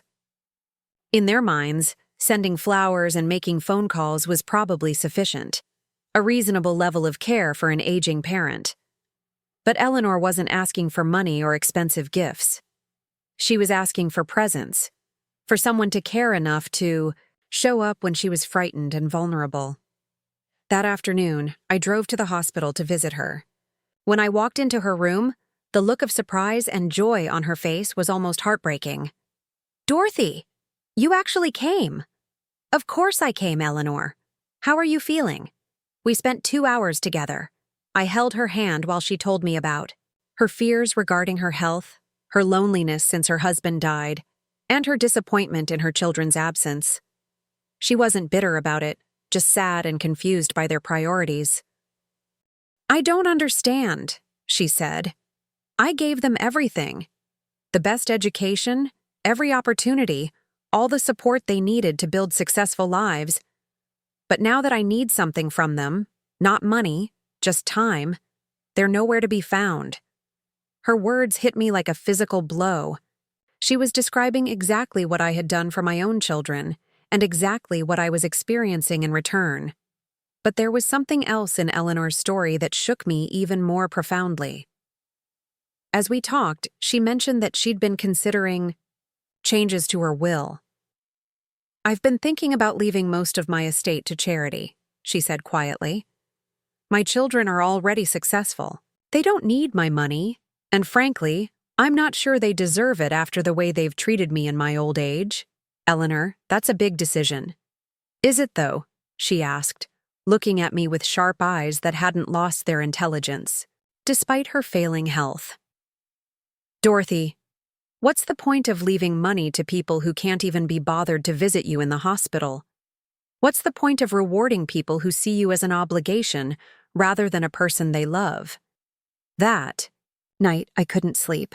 Eleanor's words kept echoing in my mind, but they'd been joined by another voice, my own inner voice, asking questions I'd been avoiding for months. What was the point of maintaining an inheritance for children who had essentially disowned me, for refusing to fund their lifestyles indefinitely? What was the point of planning my estate around people who saw me only as a source of money rather than as a human being deserving of love and respect? I began to think about my own will, which I'd updated regularly over the years as my wealth grew. The document sitting in my lawyer's filing cabinet left everything to Rebecca, Michael, and Sarah in equal shares, approximately $2.3 million in real estate, investments, and cash. I'd always assumed this was the natural order of things. Parents work and save, then leave their wealth to their children. It was what responsible parents did, what loving parents did, what good parents did. But lying there in the dark, I began to question whether leaving money to my children would actually be an act of love or an act of enabling. They'd already shown me that financial support didn't make them more grateful. It made them more demanding. They demonstrated that my generosity didn't inspire them to work harder. It convinced them they didn't need to work at all. They'd proven that my sacrifices didn't earn their respect. They earned their expectation that I would continue sacrificing, indefinitely. What would happen if they inherited my fortune? Would it teach them the value of hard work and financial responsibility? Or would it simply confirm their belief that they were entitled to wealth without effort, success without struggle, security without sacrifice? The more I considered it, the more I realized that leaving my money to my children wouldn't help them. It would hurt them. It would rob them of the opportunity to build something themselves, to experience the satisfaction of earning their own. Success, to develop the resilience that comes from overcoming challenges. More importantly, it would reward their treatment of me. It would send the message that a parent's love should be unconditional and unlimited, regardless of how the children respond to that love. Over the following weeks, I began researching charitable organizations. Not because I was definitely planning to disinherit my children, but because I wanted to understand my options. I learned about literacy programs that helped adults learn to read, adults like I had been when I was struggling to understand my first lease agreements. I discovered organizations that provided job training for single mothers like I had been when James abandoned us. I found foundations that offered scholarships to first-generation college students like my children had been, though they seemed to have forgotten their origins. The more I learned about these organizations, the more excited I became about the possibility of making a real difference. My $2.3 million inheritance wouldn't change my children's lives. They were already adults with college degrees and career opportunities. But it could change the lives of hundreds of people who were where I had been 40 years ago. Desperate, hard-working, and needing just a chance to build something better. But the decision wasn't about the money, not really. It was about respect, dignity, and the fundamental question of what children owe their parents in return for a lifetime of love and sacrifice. I wasn't asking my children to take care of me financially. I wasn't asking them to put their lives on hold to cater to my needs. I wasn't asking them to repay the money I'd spent on their education and opportunities. I was asking for something much simpler and much more fundamental. I was asking them to treat me like a human being whose feelings mattered, whose needs were worth considering, whose love deserved some measure of gratitude and respect. They had failed that test completely, not just by cutting off communication when I reduced their financial support, but by treating the reduction itself as a betrayal rather than a reasonable response to my own financial limitations. The final piece of clarity came from an unexpected source, my own reflection in the bathroom mirror one morning.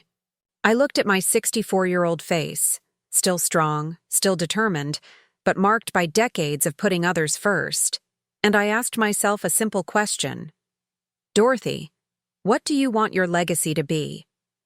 Did I want to be remembered as the mother who enabled her children's sense of entitlement by rewarding their selfishness with an inheritance? Or did I want to be remembered as the woman who used her hard-earned wealth to help people who were struggling the way she had once struggled?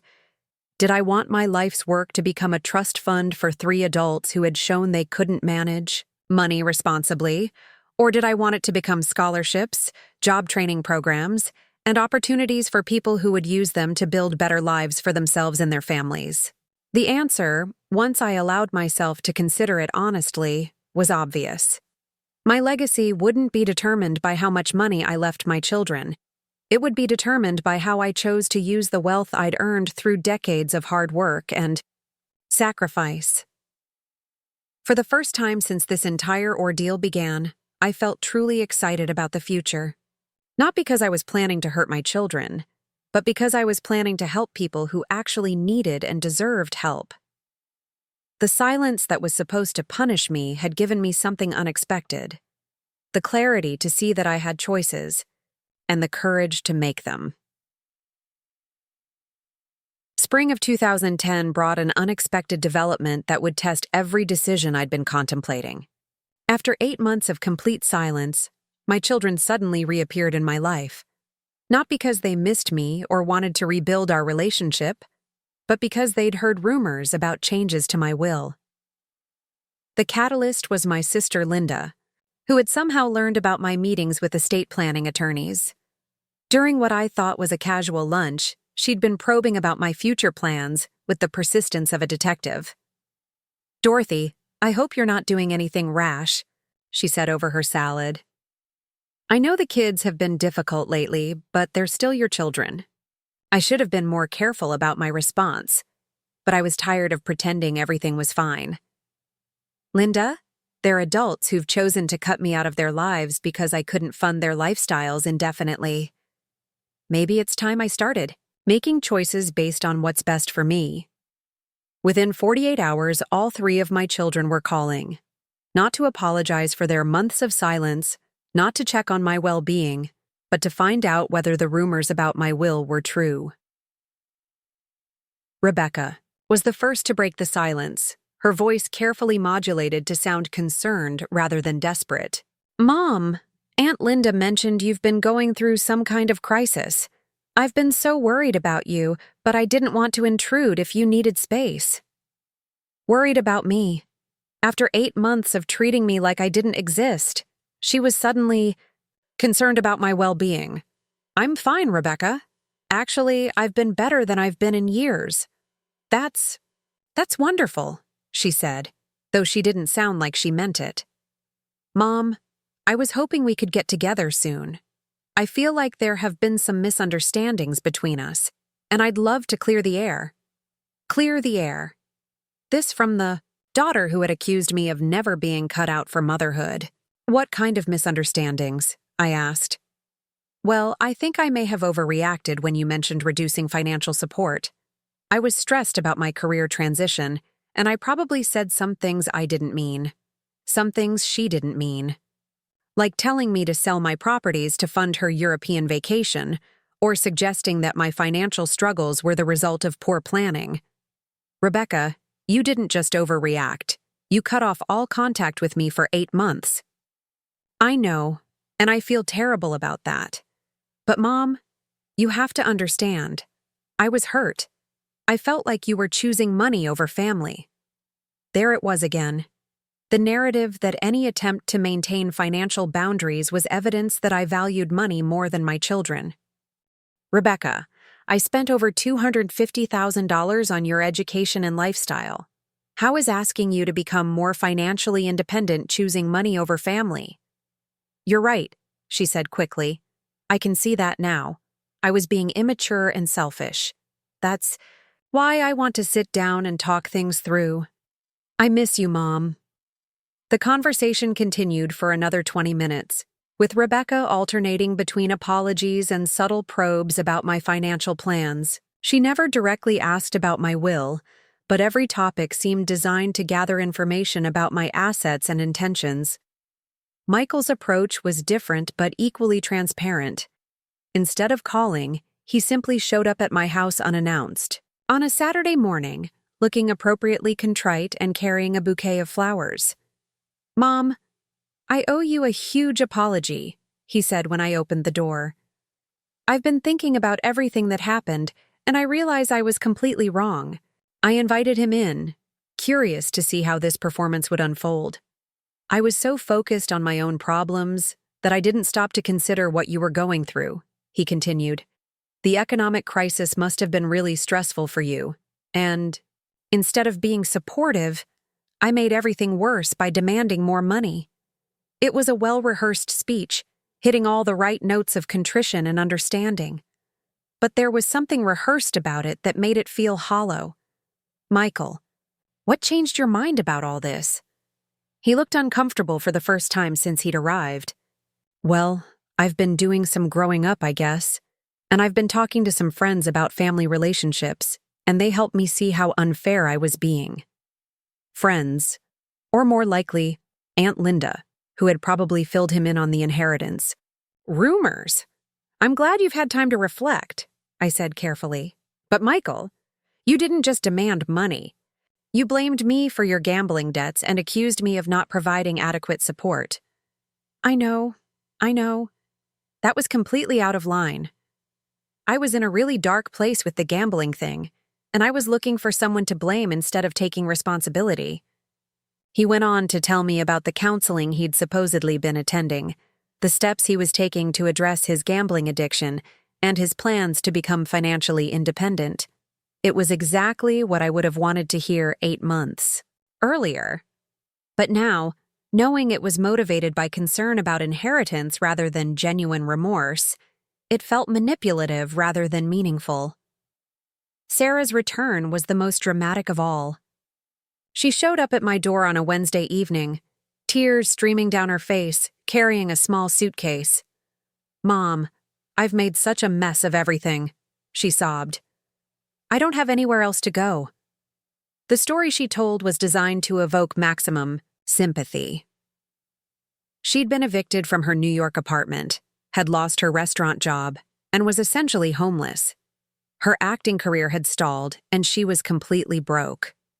I kept thinking about all the things I said to you, and I felt so ashamed that I couldn't bring myself to call, she said through her tears.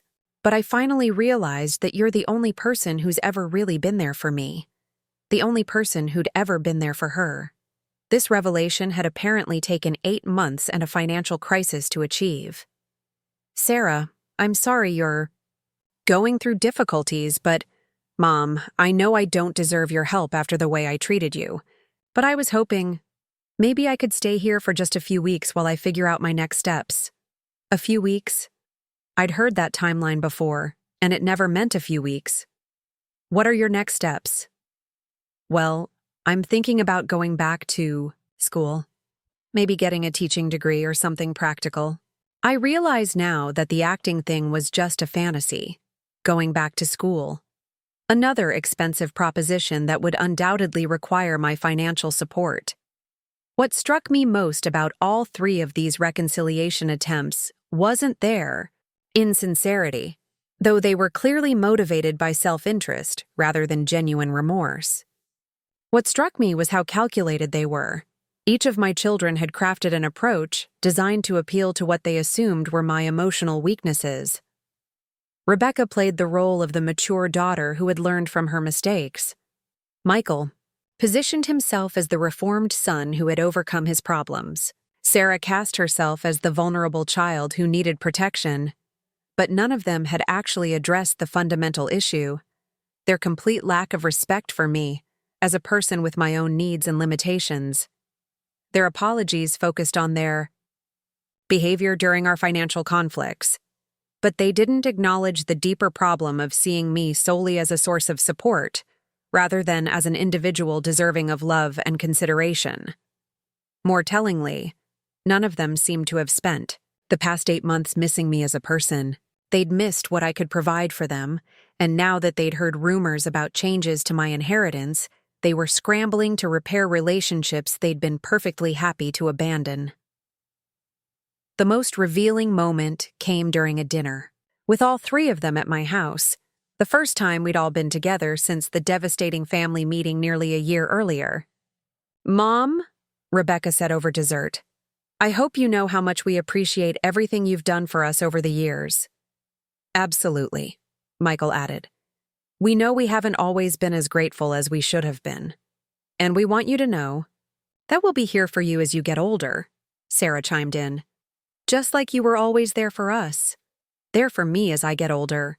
It was the first time any of them had ever acknowledged that I might someday need care or support. But even this recognition was clearly motivated by their concern about inheritance, rather than genuine care for my well-being. That night, after they'd all left, I sat in my kitchen with a cup of tea and thought about the evening. My children had spent hours telling me what they thought I wanted to hear, but they hadn't asked a single question about my life, my health, my happiness, or my plans for the future. They'd apologized for their past behavior, but showed no genuine understanding of why that behavior had been hurtful. They'd promised to be better family members, but offered no specific changes beyond being more grateful for my support. Most importantly, they'd made it clear that their sudden interest in reconciliation was directly tied to their financial concerns. They weren't reaching out because they missed me or wanted a relationship with me. They were reaching out because they were worried about their inheritance. This realization was actually liberating. For months, I'd been wondering if I was being too harsh, if I should give them another chance, if I was letting hurt feelings override my maternal instincts. But their transparently self-interested attempts at reconciliation had shown me that nothing had really changed. They still saw me primarily as a source of financial support, and their concern for our relationship was directly proportional to their concern about my money. I went to bed that night, knowing exactly what I needed to do. The question wasn't whether my children deserved my inheritance. They'd answered that question themselves through 8 months of silence, followed by obviously calculated reconciliation attempts. The question was whether I had the courage to follow through on the decision that had been building in my heart for months. The answer, I discovered, was yes. The breaking point came 3 weeks after that carefully orchestrated family dinner, and it came in the form of a conversation that revealed just how deep my children's sense of entitlement truly ran. What happened that day didn't just confirm my decision to change my will, it made me understand that I should have made the change years earlier. It started with what seemed like a reasonable request. Sarah, who had been staying in my guest room for 2 weeks while supposedly getting back on her feet, asked if we could have a private conversation about her future plans. "Mom, I've been thinking a lot about what I want to do next," she said, settling into the kitchen chair across from me with a cup of coffee. "I think I'm finally ready to be realistic about my career options." This sounded promising. For the first time in years, Sarah was talking about being realistic rather than chasing expensive dreams. "I've decided I want to go back to school and get my teaching degree," she continued. "It's practical, stable, and I think I'd be good at working with kids." Teaching was indeed a respectable, stable career. I was genuinely pleased that she was considering something with long-term prospects.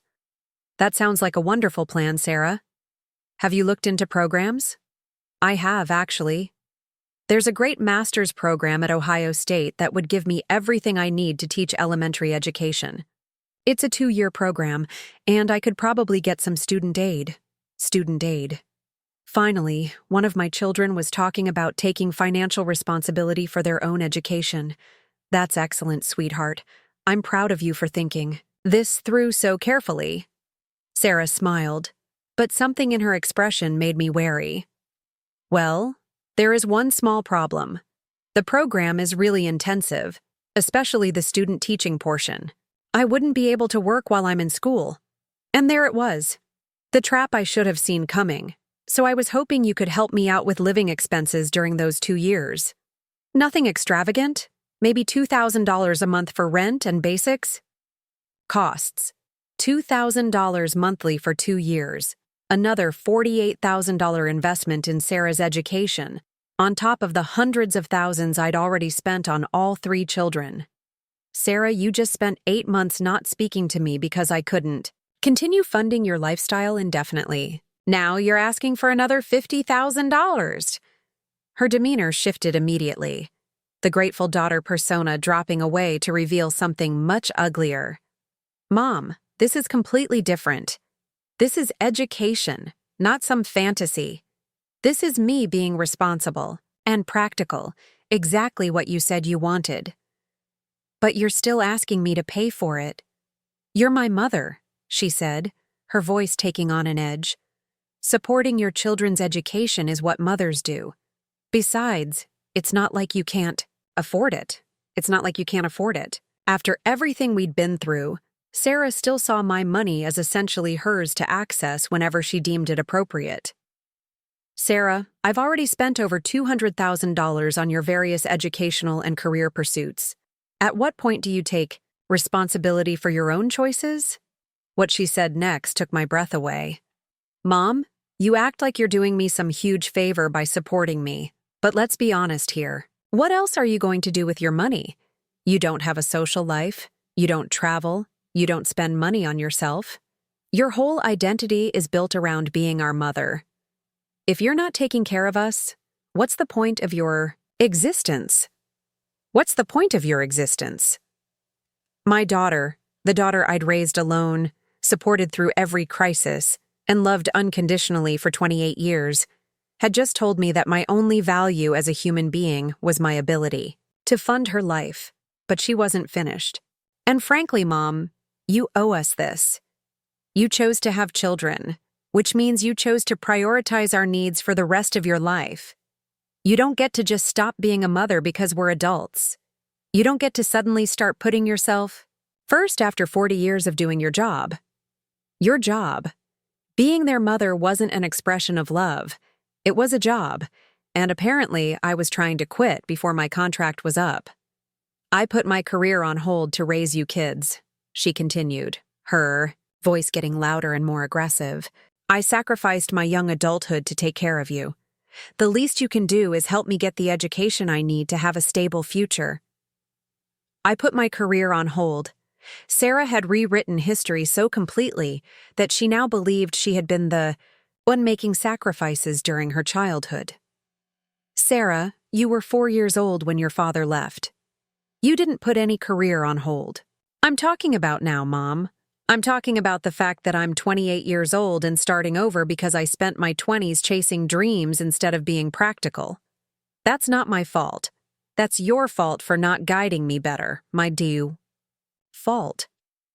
Sarah's expensive acting pursuits, which I had funded against my better judgment while she ignored every suggestion about having backup plans, were apparently my fault for not providing better guidance. But the conversation was about to get much worse. At that moment, Rebecca and Michael arrived. They'd apparently coordinated this visit, though I hadn't been told they were coming. As soon as they walked into the kitchen and saw Sarah's flushed face and angry posture, they seemed to understand that this was the confrontation they'd been expecting. "What's going on?" Rebecca asked, though her tone suggested she already knew. "Mom's being selfish again. Sarah said. I ask for help with one reasonable expense, my teaching degree, and she acts like I'm asking her to buy me a mansion. One reasonable expense. Sarah had somehow reduced 2 years of graduate school funding to one reasonable expense. Mom, Michael said, settling into a chair with the air of someone prepared for a long discussion, we need to talk about this pattern of behavior. Pattern of behavior. As if my attempts to establish financial boundaries were evidence of some character flaw. What pattern? I asked. This thing where you promise to support us, then pull back whenever it becomes inconvenient for you, Rebecca said. It's emotionally manipulative, and frankly, it's cruel. Emotionally manipulative. I was being accused of manipulation by 3 adults who had spent months giving me the silent treatment to force me back into compliance. I never promised to support any of you indefinitely, I said. I helped when you needed help, but you're all adults now. You need to take responsibility for your own lives. Responsibility? Michael laughed, but there was no humor in it. Mom, you created this situation. You taught us to depend on you, and now you want to just cut us off? I taught you to depend on me by working 3 jobs to keep you fed and housed. You taught us to depend on you by never letting us fail, Rebecca said. Every time we had a problem, you swooped in with money to fix it. You never let us learn to handle things ourselves. This was breathtaking in its audacity. They were blaming me for being too supportive, for not allowing them to struggle enough to develop independence. So now you're saying I should have let you fail when you were children? We're saying you should have prepared us for the real world instead of creating this fantasy where parents fund their adult children's lives indefinitely, Sarah said. The real world. These 3 adults who had never held steady jobs, never paid their own rent for more than a few months, never experienced genuine financial hardship, were lecturing me about the real world. Well, I said, standing up from the table, maybe it's time you learned about the real world now. That's when the conversation took a turn that revealed their true feelings about me as a person. You know what, Mom? Rebecca said, her voice cold and sharp. We've been trying to be nice about this, but let's just be honest. You're 64 years old. You're alone. You have no friends, no hobbies, no life outside of this house. We're the only family you have. No friends, no hobbies, no life. Never mind that I'd been too busy supporting them to develop those things. If you cut us off financially, what exactly do you think is going to happen? Michael added. You think we're going to keep coming around to visit and pretend everything's fine? You think we're going to take care of you when you're old and sick if you abandon us now? Sarah chimed in. There it was. The threat I'd been expecting but hoping I wouldn't hear. Support us financially or lose us entirely.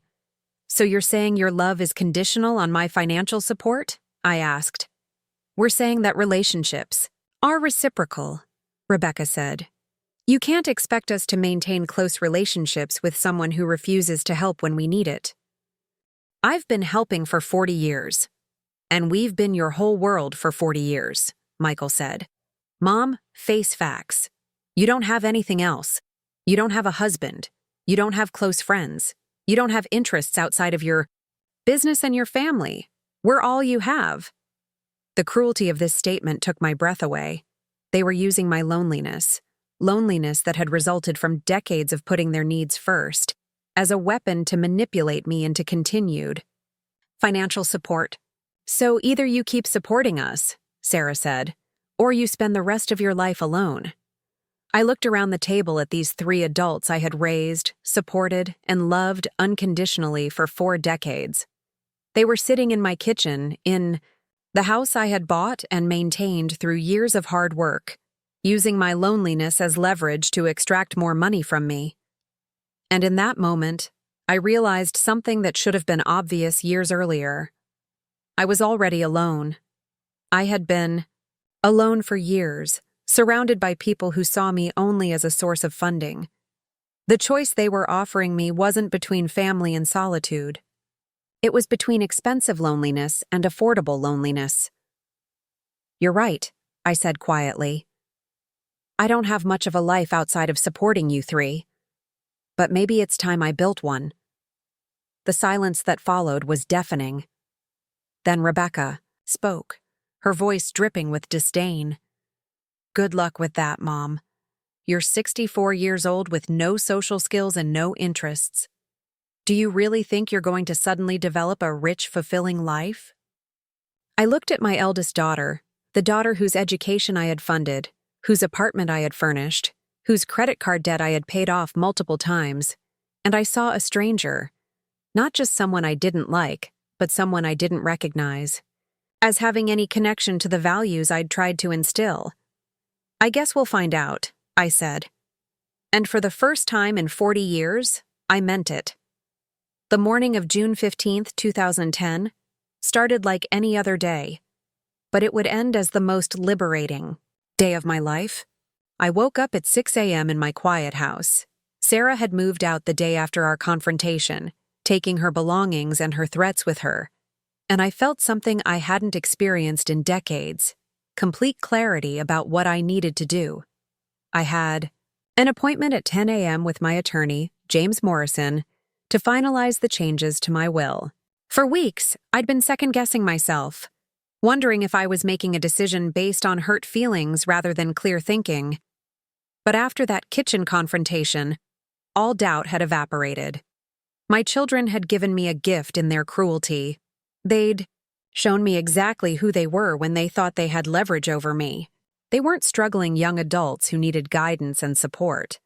They were middle-aged manipulators who saw me as an ATM with inconvenient emotions. At 9:30 a.m., I drove to Morrison's office in downtown Columbus. The building was one of those old, stately structures that spoke of permanence and serious decisions. As I walked through the lobby, I felt a strange combination of nervousness and excitement, like someone about to make a choice that would change everything. James Morrison had been my attorney for 15 years, handling everything from property acquisitions to business contracts. He was a man in his 70s who'd seen enough family drama to remain diplomatically neutral about most estate planning decisions. "Dorothy," he said as I settled into the leather chair across from his desk, "I want to make sure you've thought this through completely. Once we execute these documents, your children will have no legal claim to your estate." "I understand, James. I've never been more certain of anything in my life." He opened the file containing my new will and trust documents. We'd spent weeks crafting them, and they represented a complete reimagining of how my life's work would continue after my death. The bulk of my estate, approximately $2.3 million, would be divided among 4 charitable organizations. The Columbus Adult Literacy Program would receive $600,000 to fund job training for single mothers. The Ohio First Generation College Scholarship Fund would get $700,000 to provide full scholarships for students whose parents never attended college. The Community Housing Initiative would receive $500,000 to help working families purchase their first homes. And the Eleanor Hartwell Memorial Fund, named after my dear friend who had passed away just 2 months earlier, would get $500,000 to provide companionship services for isolated elderly individuals. I had kept small amounts for my children, $10,000 each, along with a few pieces of jewelry that had belonged to my mother. Not because they deserved more, but because I wanted to send a clear message. This wasn't an oversight or an emotional decision made in anger. This was a deliberate choice to invest my money in people who would use it to build better lives rather than fund continued entitlement. "There's one more document," James said, sliding a sealed envelope across the desk. "The letter you asked me to include with the will." The letter. I'd spent weeks writing and rewriting it, trying to find words that would explain my decision without being vindictive. In the end, I'd settled on simple honesty. To Rebecca, Michael, and Sarah, by the time you read this, I'll be gone, and you'll have learned that I've left the majority of my estate to charitable organizations rather than to you. I want you to understand that this decision wasn't made in anger or spite, but from a place of love. Love for you, and finally, love for myself. For 40 years, I gave you everything I had. Not just money, but time, energy, dreams, and opportunities. I worked multiple jobs, sacrificed my own ambitions, and structured my entire life around your needs and wants.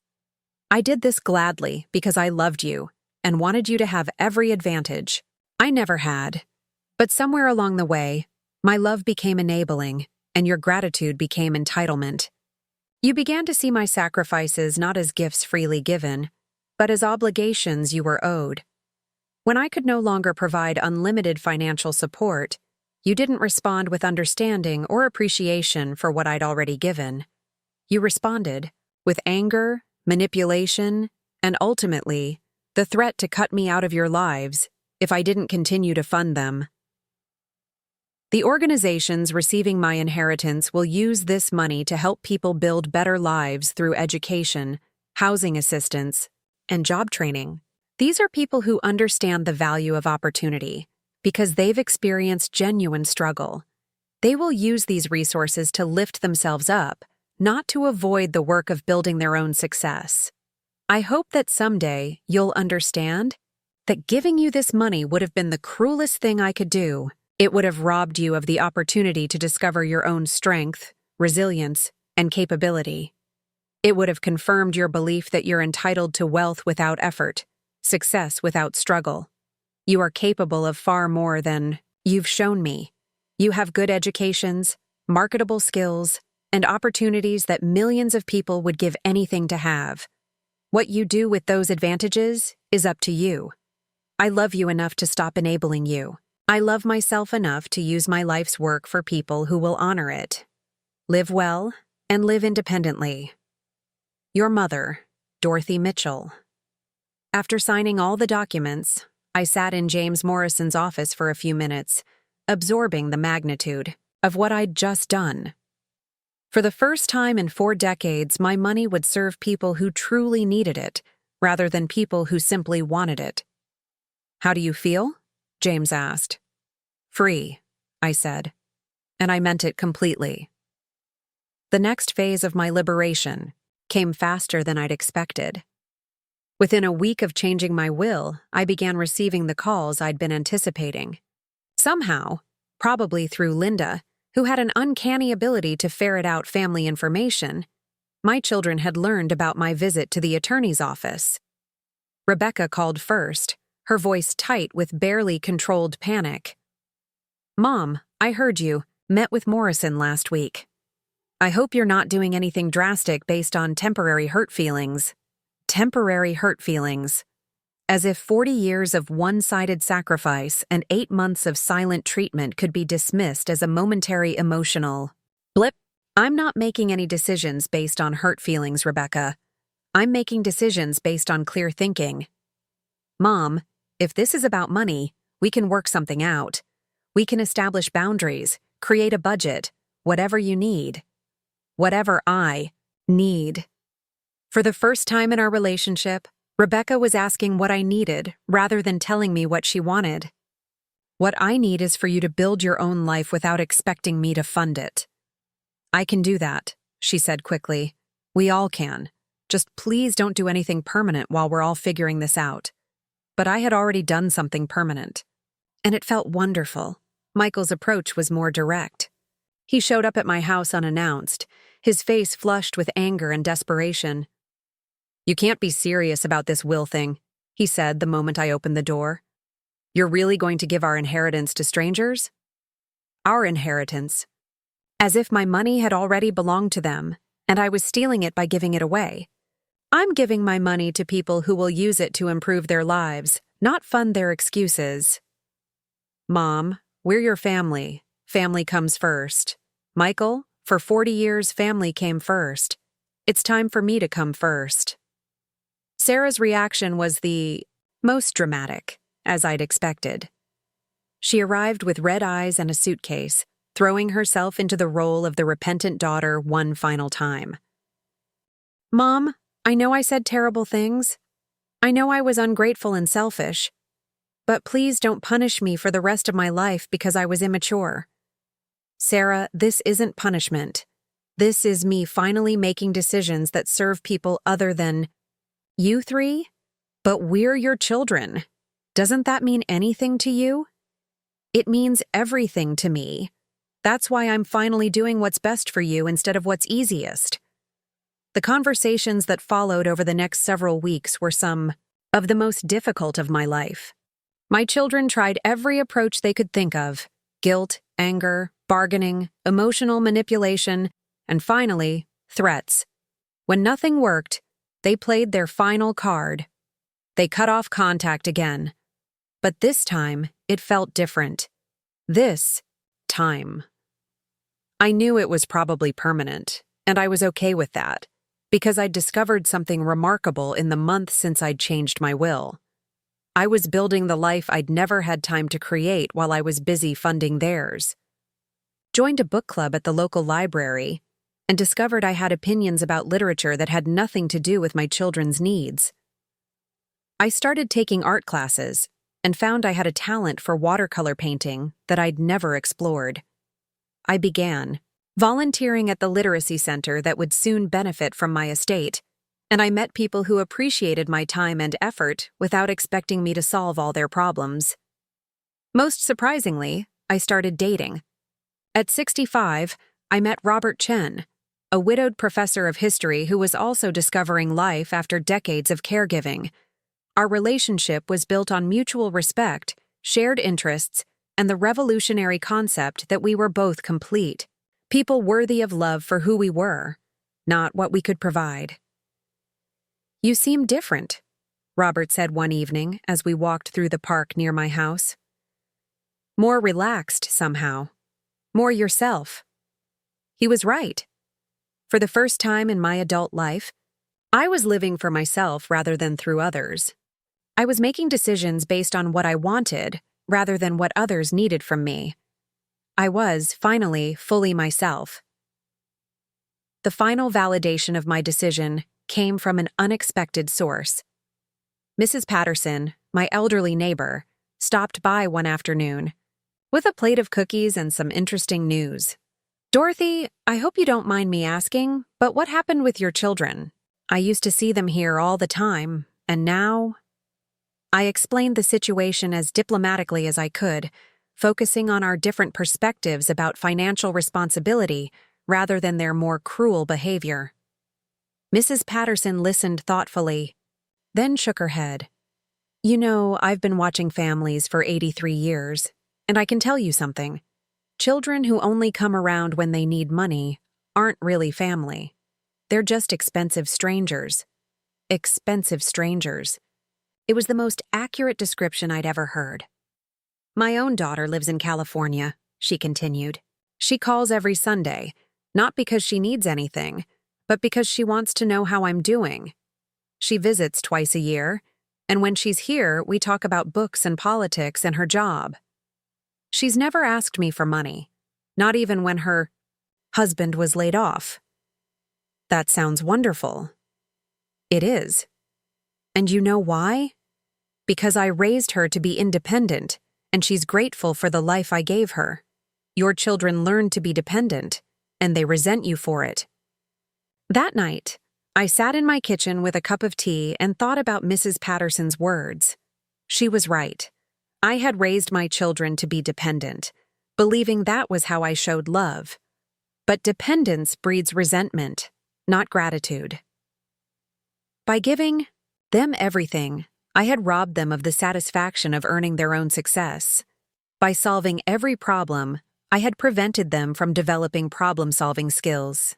By providing unlimited support, I had taught them that they were entitled to support rather than responsible for their own lives.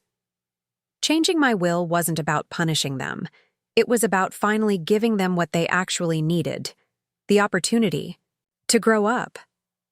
As I write this, 5 years have passed since I changed my will.